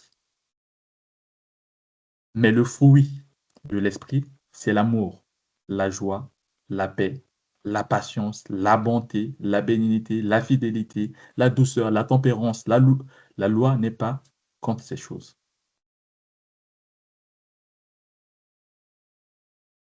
C'est l'amour, c'est l'amour, c'est la joie, c'est la paix, c'est la patience, c'est la bonté, c'est la bénignité, c'est la fidélité, c'est la douceur, c'est la tempérance. La loi n'est pas contre ces choses. Et donc, comme nous voyons, il y a beaucoup de personnes qui ont manifesté les fruits de l'esprit.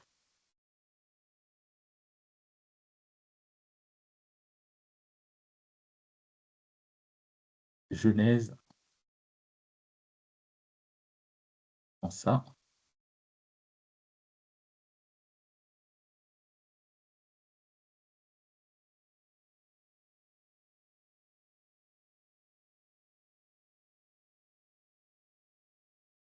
Avant plutôt de parler de ces exemples-là, des gens qui ont manifesté les fruits de l'esprit, euh,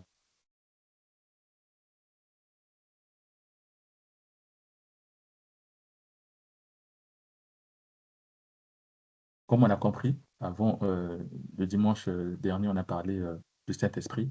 Donc, pour manifester les fruits de l'esprit, donc que ce soit les dons spirituels et les fruits de l'esprit, il faut euh, que le Saint-Esprit te le donne. Pas des choses qu'on va acheter, ça se vend pas. Parce qu'on a un exemple dans le livre des Actes, Actes des Apôtres. Il y avait, je pense, un féticheur qui s'appelait Simon. Simon, je pense, qui a voulu donner de l'argent à Paul pour avoir aussi le pouvoir ou la puissance de faire les miracles qu'il faisait. Et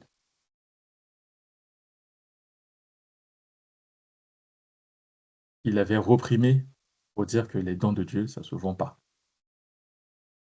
Il y en a peut-être qui vont vouloir aller voir certaines personnes pour donner de l'argent. Ah, pasteur, prie pour moi, je ne sais pas quoi, pour que moi aussi je puisse faire des choses. Non, ça ne se vend pas. Don de Dieu, ça ne se vend pas. D'ailleurs, il me semble qu'il faudrait que je trouve ce verset-là.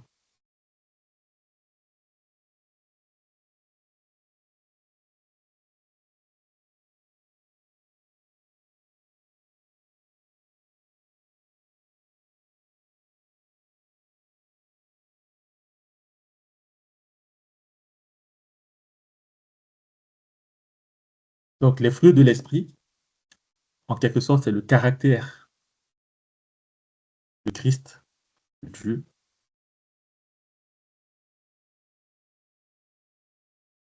dans le croyant.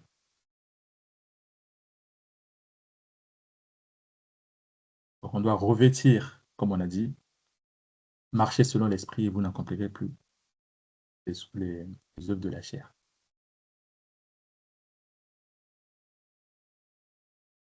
Une fois qu'on a reçu l'Esprit Saint, le Saint-Esprit, derrière maintenant le fruit va continuer, va commencer à faire le travail. Donc beaucoup de personnes aujourd'hui ont manifester ça, comme on a vu quand nous lisons l'exemple de Moïse. Moïse avait vraiment la patience.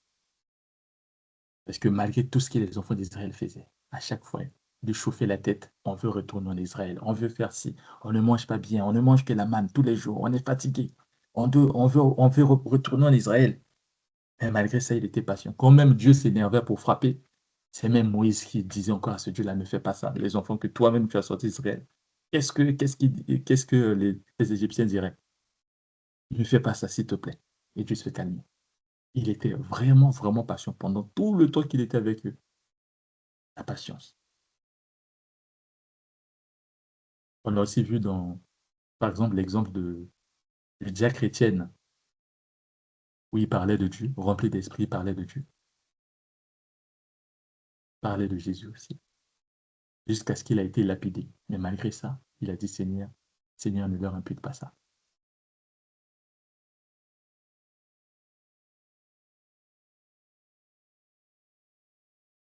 Donc, c'est des gens-là, en fait, on voit en eux, ils avaient vraiment des fruits de l'esprit. Et nous, aujourd'hui, s'il y a une personne qui nous fait quelque chose de mal, etc., on sent déjà que là, ça commence à chauffer. On veut aussi réagir de la sorte, en fait, remettre le mal par le mal. Même nous, notre amour est conditionné. Pour qu'on me fasse ci, pour que je donne ci, il faudrait qu'on me fasse ça.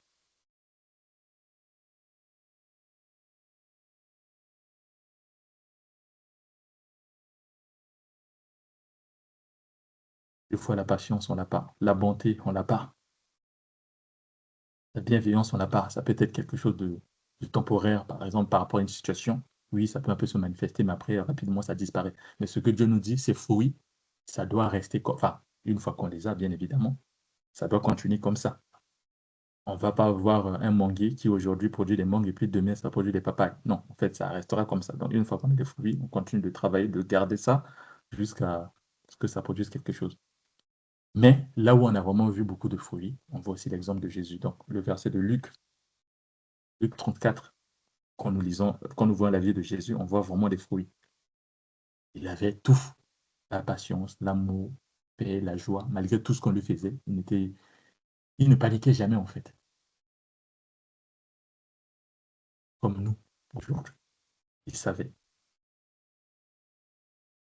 malgré le mal qu'on lui a fait.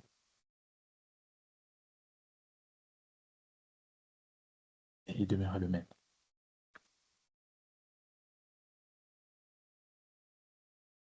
Et alors, comment se développe le fruit de l'esprit?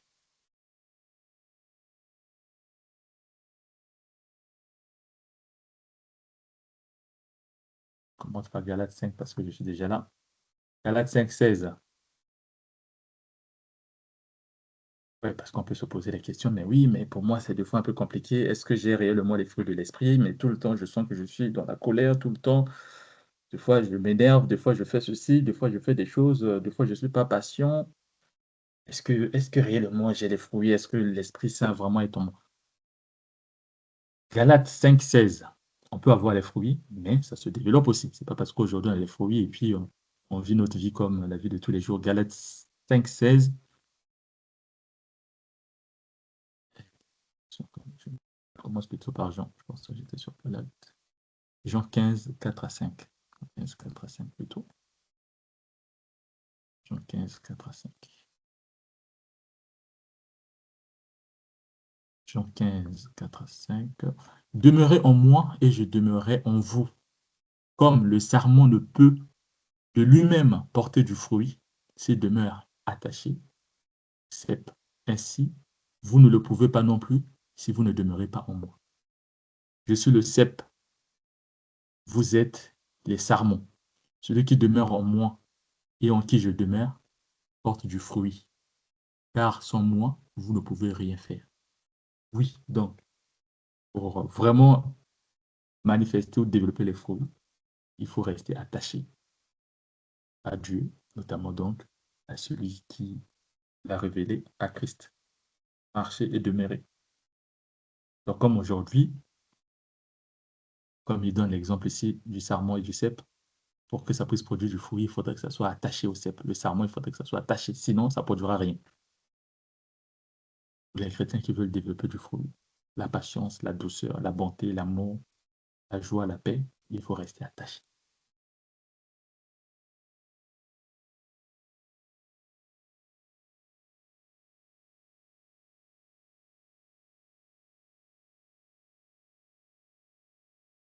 Galates 5,16.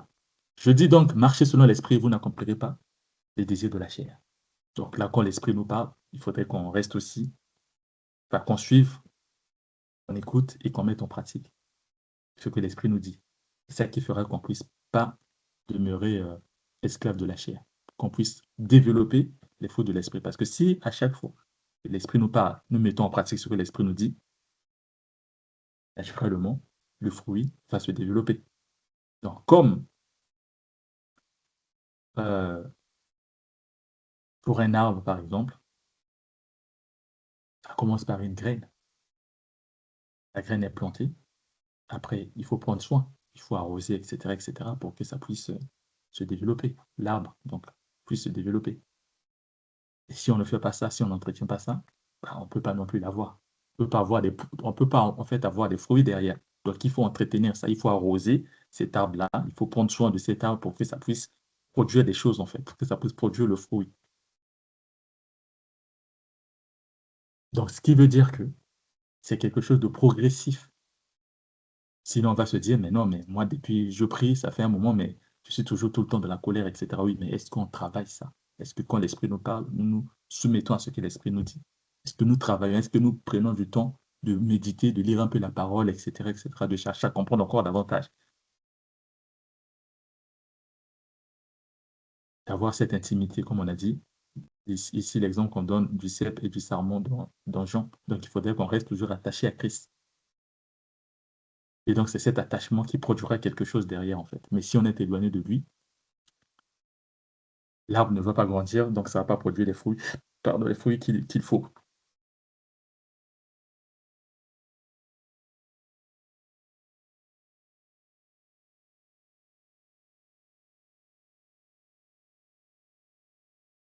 Mais il y a aussi un point.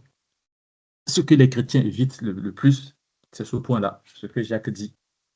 Oui, les fruits, il faut en prendre soin, il faut avoir cette intimité avec Dieu, il faut laisser l'esprit nous guider, c'est-à-dire se soumettre à l'esprit en mettant en pratique ce que l'esprit nous dit. Mais de notre côté, il y a aussi Jacques qui vient d'ajouter quelque chose. Jacques 1, 2, 3. Il est écrit, mes frères, regardez comme un sujet de joie complète les diverses épreuves auxquelles vous pouvez être exposé. Ah, ça peut être bizarre. Une épreuve, normalement, ça produit un peu d'agressement dedans, ça fait mal. Et là, il demande de regarder ça comme un sujet de joie.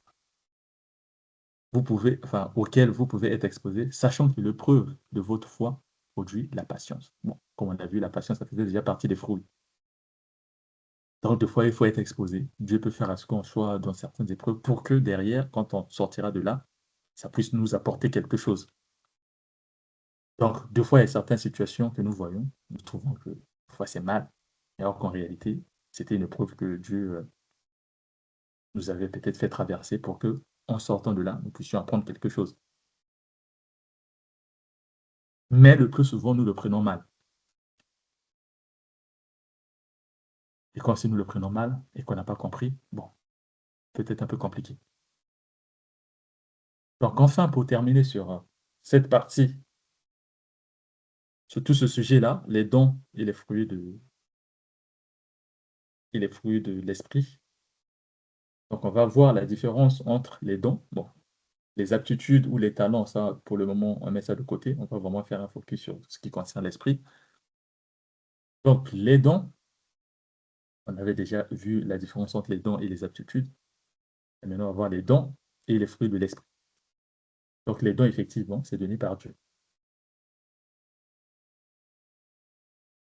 Les fruits aussi, effectivement, c'est donné par Dieu et par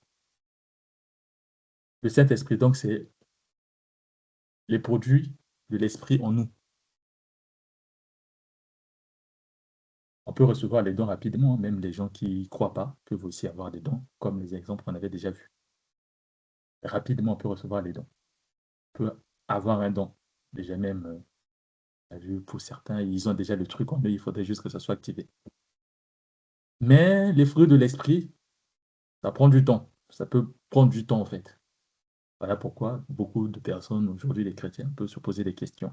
Et depuis que j'ai cru, j'ai comme l'impression que je m'énerve toujours, je suis toujours oui. Des fois, ça peut prendre du temps parce qu'il faut aussi travailler ça. Donc, aussi, par exemple, comme pour les dons, comme les aptitudes plutôt, des fois, pour aller encore plus loin, pour excéder dans ce que tu as déjà, bah, il faut travailler dessus. Donc, les fruits de l'esprit, de demander du temps.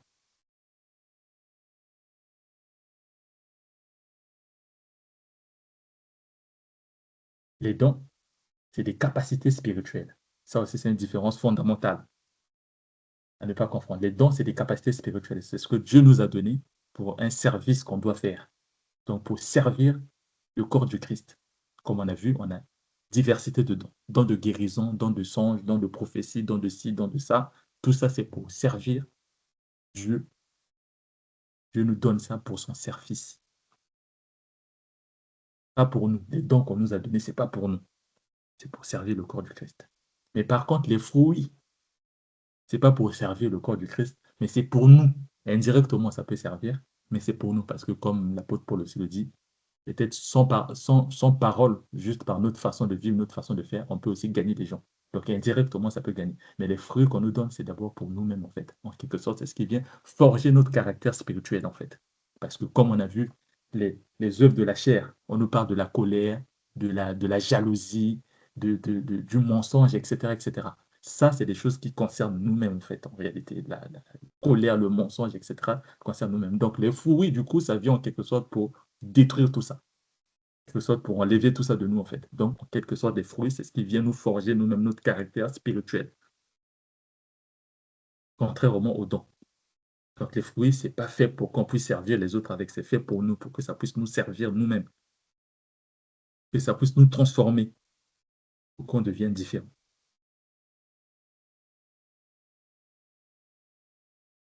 Donc, les fruits, comme on a vu l'exemple de Jésus, la paix, l'amour, la joie, tout ce qu'il a manifesté. Donc, les fruits, c'est ça, en fait, c'est ça qui vient en transformant notre caractère, c'est ce qui fait qu'on puisse ressembler à Christ. Et parmi les fruits, on a parlé de l'amour. Mais l'amour, ça vient de Dieu. Donc, si nous développons ce fruit-là de l'amour, bah, ça veut dire qu'en réalité, on ressemble à Dieu aussi.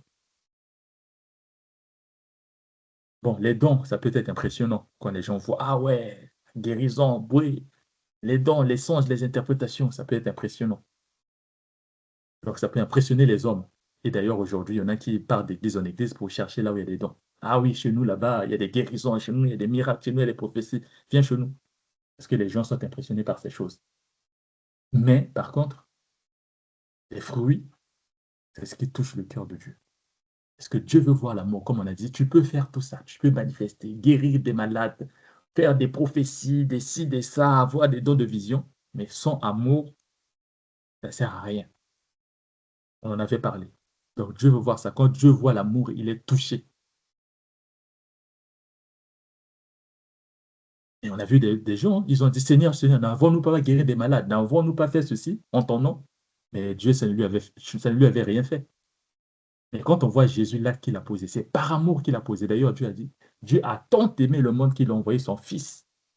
Donc, c'est l'amour avant tout. Ce n'est pas les dons, ça, ça impressionne pour rien. Mais l'amour, c'est ça qui est important. Qui est important. Et donc, les dons, c'est temporaire, bien évidemment. Les dons, à un moment donné, ça finira. Quand il y aura l'enlèvement, etc., les dons, il n'y en aura plus besoin. Donc, ça finira. C'est temporaire, les dons. Donc, les gens, de fois, suivent des choses qui sont temporaires. Mais or, l'amour ou les fruits, ça a cette valeur éternelle. Surtout l'amour de Dieu. Ça, en tout cas, le monde est bâti sur l'amour.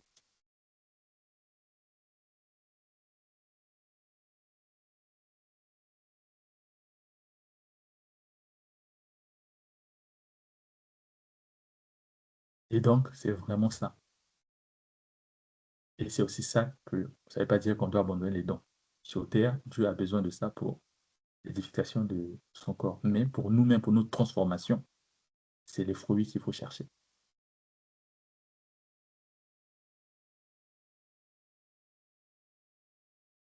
Donc, ce qui fait que, effectivement, c'est la question que certains chrétiens se posent.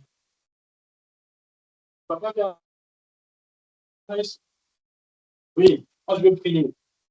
Certains chrétiens se posent aujourd'hui, mais on voit des gens qui ont des fruits, enfin qui manifestent des dons, mais qui derrière, il n'y a pas de fruits en fait. Enfin, les fruits ne sont peut-être pas correctement là en fait. Oui, c'est qu'on peut.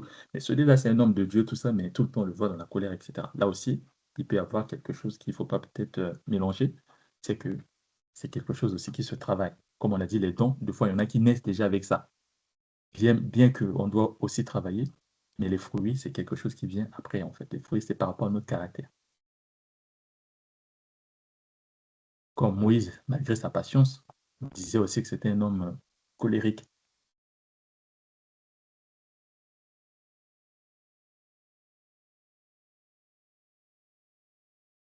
Donc, ça se travaille. Donc, à un certain temps, une fois qu'il y a les fruits, il y a des dons. Après, si cette personne a continué à travailler les fruits, ça fera que finalement, les choses changent. Comme on a aussi vu que Dieu, lui, regarde le cœur. Ce n'est pas forcément des choses qui brillent, qui frappent à l'œil. Ça, c'est les êtres humains qui regardent. Mais Dieu, lui, c'est le cœur. Donc, voilà, c'était un sujet. Il y a encore beaucoup d'éléments. Là, je n'ai pas tout balayé. J'ai pris quelques éléments essentiels et encore beaucoup de questions peut-être. Donc, je laisse la parole, frères et sœurs, qui voudraient réagir.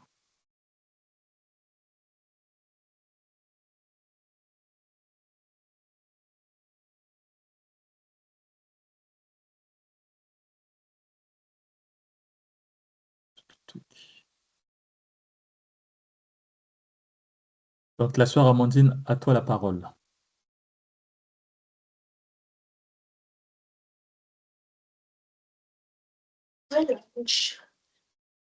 Bonjour à tout le monde. Et en tout cas, je rends grâce à Dieu pour cette parole qui a été très, très, très édifiante et très profonde, où tout a été détaillé, bien détaillé d'ailleurs, les dons ainsi que les fruits du Saint-Esprit. Par rapport à ce qui a été dit, je ne vois pas vraiment grand-chose à ajouter parce que, comme je l'ai dit, tout a été très bien détaillé. Je prie juste que le Seigneur nous accorde le discernement et surtout que nous puissions s'imprégner de la parole d'aujourd'hui pour ne pas que nous soyons encore dans l'ignorance et que nous sachions dorénavant faire la distinction entre les propres valeurs naturelles, comme tu as su le dire, les dons et une personne qui est réellement animée du Saint-Esprit. Parce qu'au travers de la personne qui est animée de Saint-Esprit, nous verrons les fruits. Il y a aussi des personnes qui font semblant de servir Dieu. Ceux-là, on les appelle les loups ravisseurs, qui savent réellement leurs intentions, mais qui se présentent à la peau du brebis. Donc, comme je disais tantôt, je n'ai pas vraiment plus grand-chose à réajouter, et si ce n'est que bénir le nom du Seigneur et que le Seigneur nous fasse grâce pour que nous demeurions toujours sur sa voie, pour pas que nous puissions se faire avoir par les loups. Que Dieu bénisse sa parole. Amen. Ah, amen. Que toute la gloire lui revienne. Le frère Willow. Kelly vient. Merci beaucoup, le frère Carnège. C'est un plaisir pour moi d'être parmi les miens encore une fois.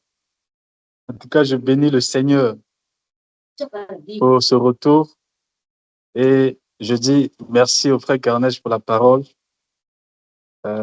J'ai écouté.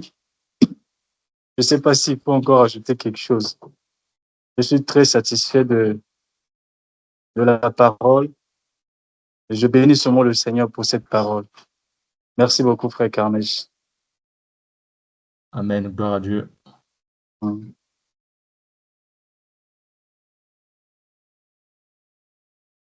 La sœur Flo.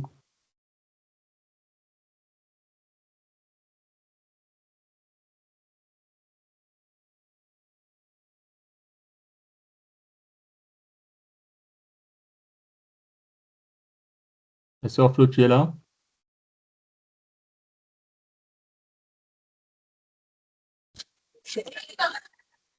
Allô? Allô? Bonjour, bonjour, bonjour à tous les bien-aimés frères dans le Seigneur. Tes frères Bonjour. de chez frère. Ouais. Mhm. En tout cas, si ce n'est que pour la parole et l'édification d'aujourd'hui, vraiment, il n'y a rien de à rajouter. En fait, juste nous armer de ce qui est la connaissance, telle qu'on dit que la vérité, vous devez la connaître afin d'être libre. Et nous avons connu cette vérité que l'Éternel a jugé bon de nous donner aujourd'hui. Donc, je donnais seulement la parole de Dieu. Et donc, sinon, rien d'ajouter. Merci. Gloire à Dieu.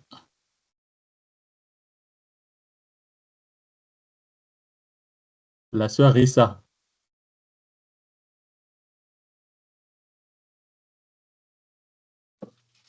Bonjour à tous. Alors, moi, j'ai rien à ajouter. Je bénis la parole je bénis le Seigneur pour sa parole. J'avais quand même une question Mhm. je me posais une question, c'était par rapport à ce que tu disais, c'est que quand Dieu donne, il nous a donné gratuitement et on doit remettre gratuitement. Je suis tout à fait d'accord avec ça. Mais prenons l'exemple pour les gens, en fait, qui ont consacré toute leur vie à Dieu, c'est-à-dire qui ne font rien à côté à part servir l'Éternel. Mhm.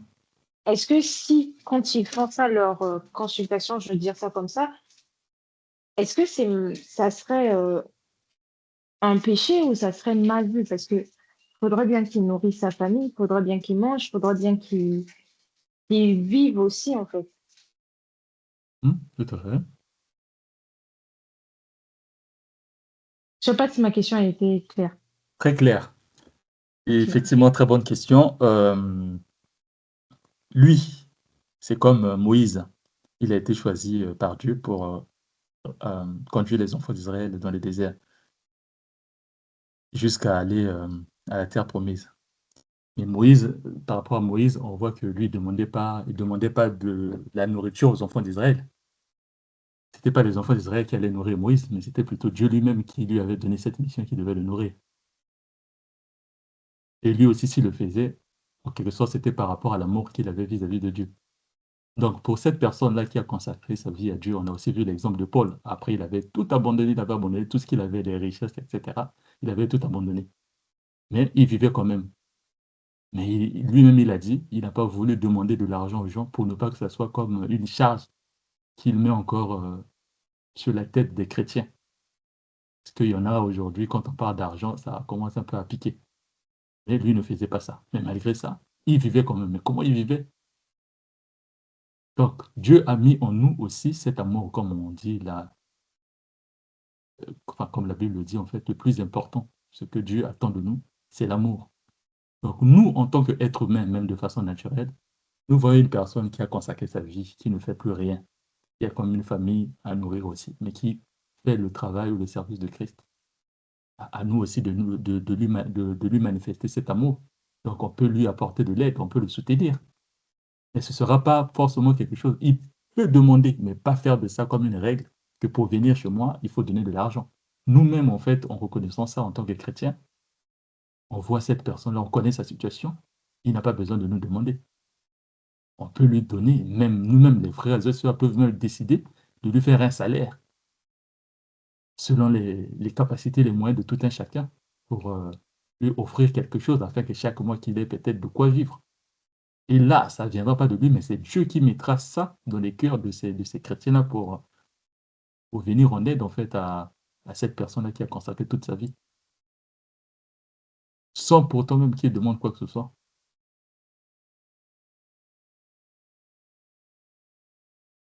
Et donc aujourd'hui, c'est toujours possible qu'on ait des gens comme ça, mais c'est Dieu lui-même qui pourvoira en fait.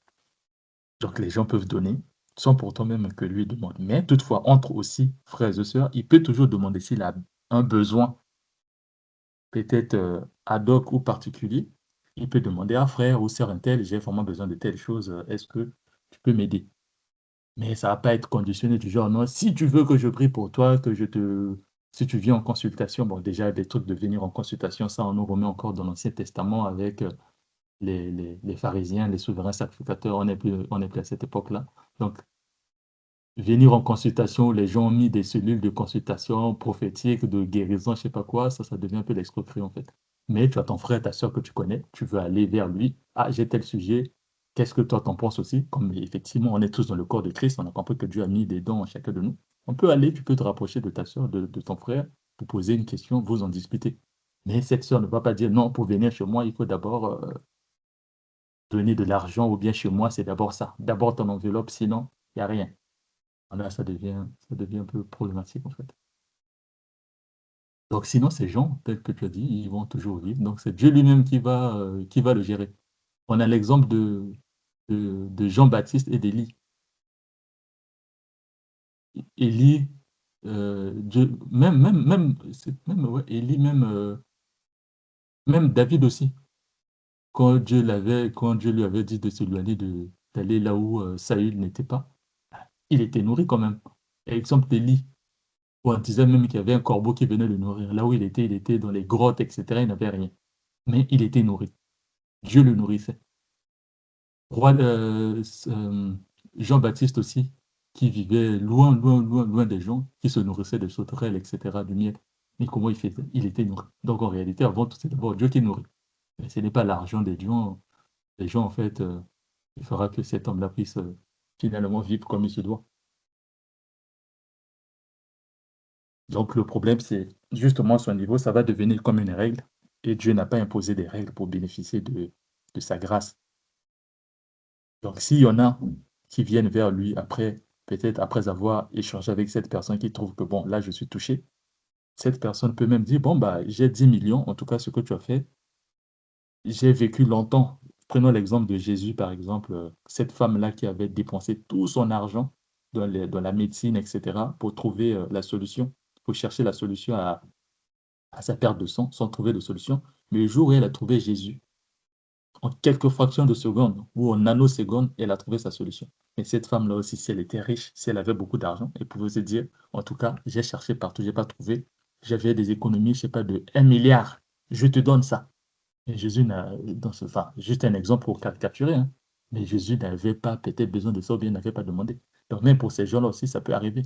Donc le frère ou la sœur qui va venir, qui va aller vers cette personne, va aussi voir l'amour de cette personne. Ah bah tiens, en fait, par rapport à tout ça, il a fait tout ça sans me demander quoi que ce soit. Pendant qu'ailleurs, on m'a toujours demandé de l'argent. Non, cette personne est quand même particulière. Touchée par ça, cette personne veut dire, bon, là, moi, je vois que tu n'as peut-être pas de véhicule.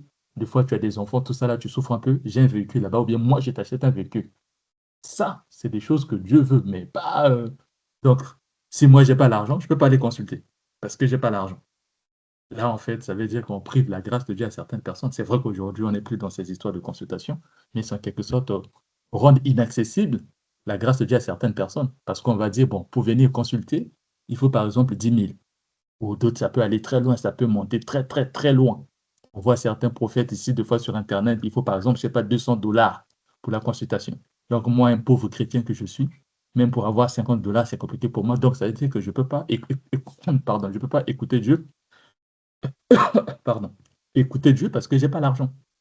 Non, ça c'est pas ce que Dieu a dit. Dieu est venu vers nous. Il a envoyé son fils Jésus en fait, venir vers nous pour apporter toutes ces choses-là. Le royaume est venu à nous. Donc nous devons profiter des choses du royaume. Jésus n'a rien demandé, donc on prend cet exemple-là.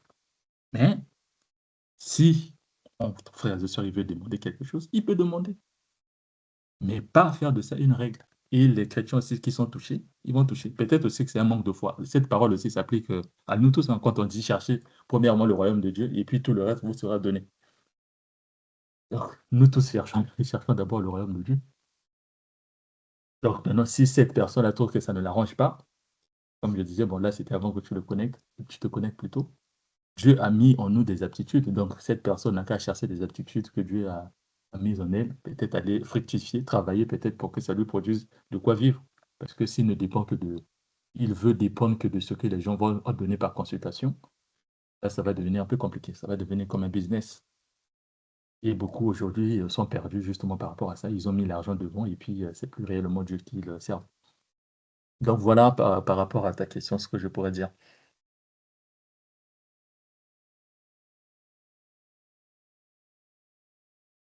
Merci. Gloire à Dieu. Sinon, La j'ai sœur- plus rien à ajouter, moi. Merci, gloire à Dieu. La sœur Gaïni,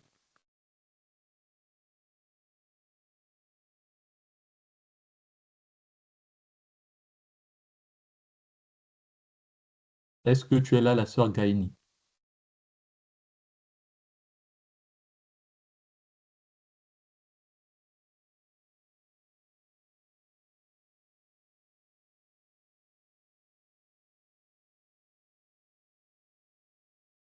Bon, peut-être qu'elle n'est pas là. La sœur Flo, est-ce que la sœur Flo est là?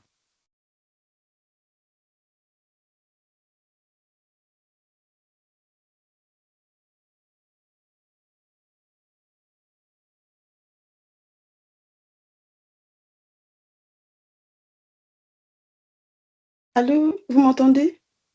Ah oui, c'est bon, ouais. Excusez-moi. Bonjour à tous. Bon. Alors moi, j'avais une question. Bon, je ne sais pas si c'est vraiment nécessaire. Je voulais savoir à propos de, pour ceux qui ont le don, disons, pour ceux qui ont le don, est-ce qu'ils peuvent manifester, comment on appelle? Manifester les fruits spirituels, au fait. Les dons spirituels. Pour ceux qui ont les dons spirituels, est-ce qu'ils peuvent manifester les fruits spirituels?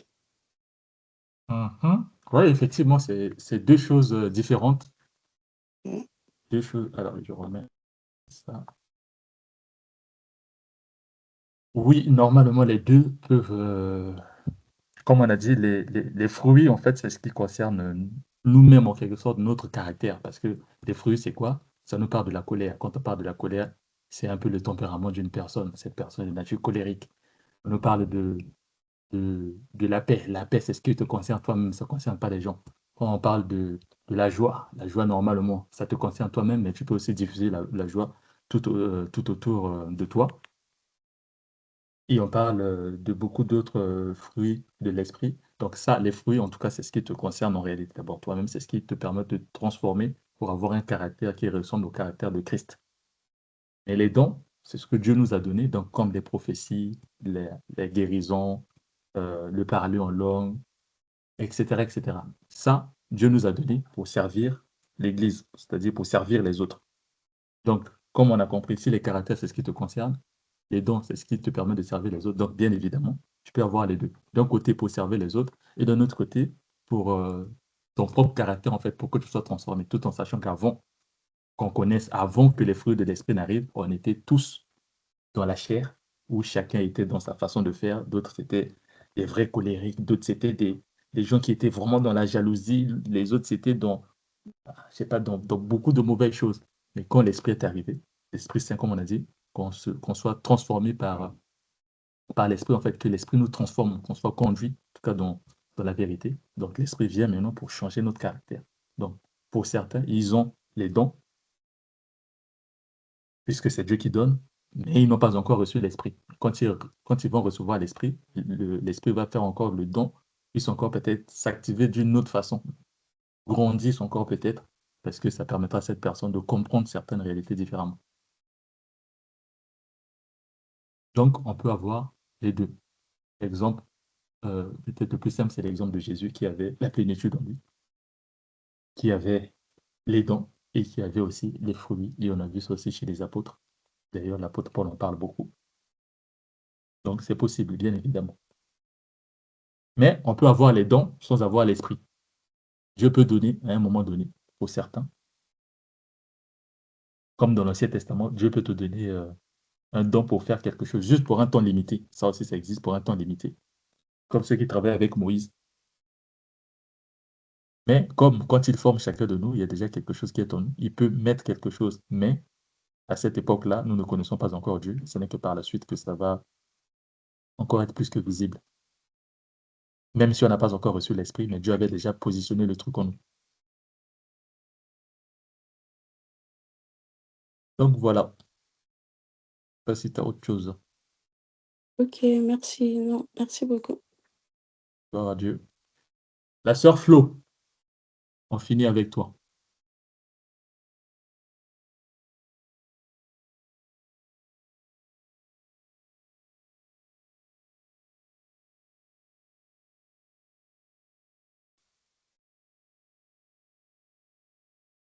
Allô? Ah, je suppose qu'elle n'est pas là. On n'a pas décidé de s'occuper des enfants de Ah, l'autre ok. côté. Ok, bon, c'est pas grave. Donc, je pense qu'on est arrivé au terme de ces moments de partage.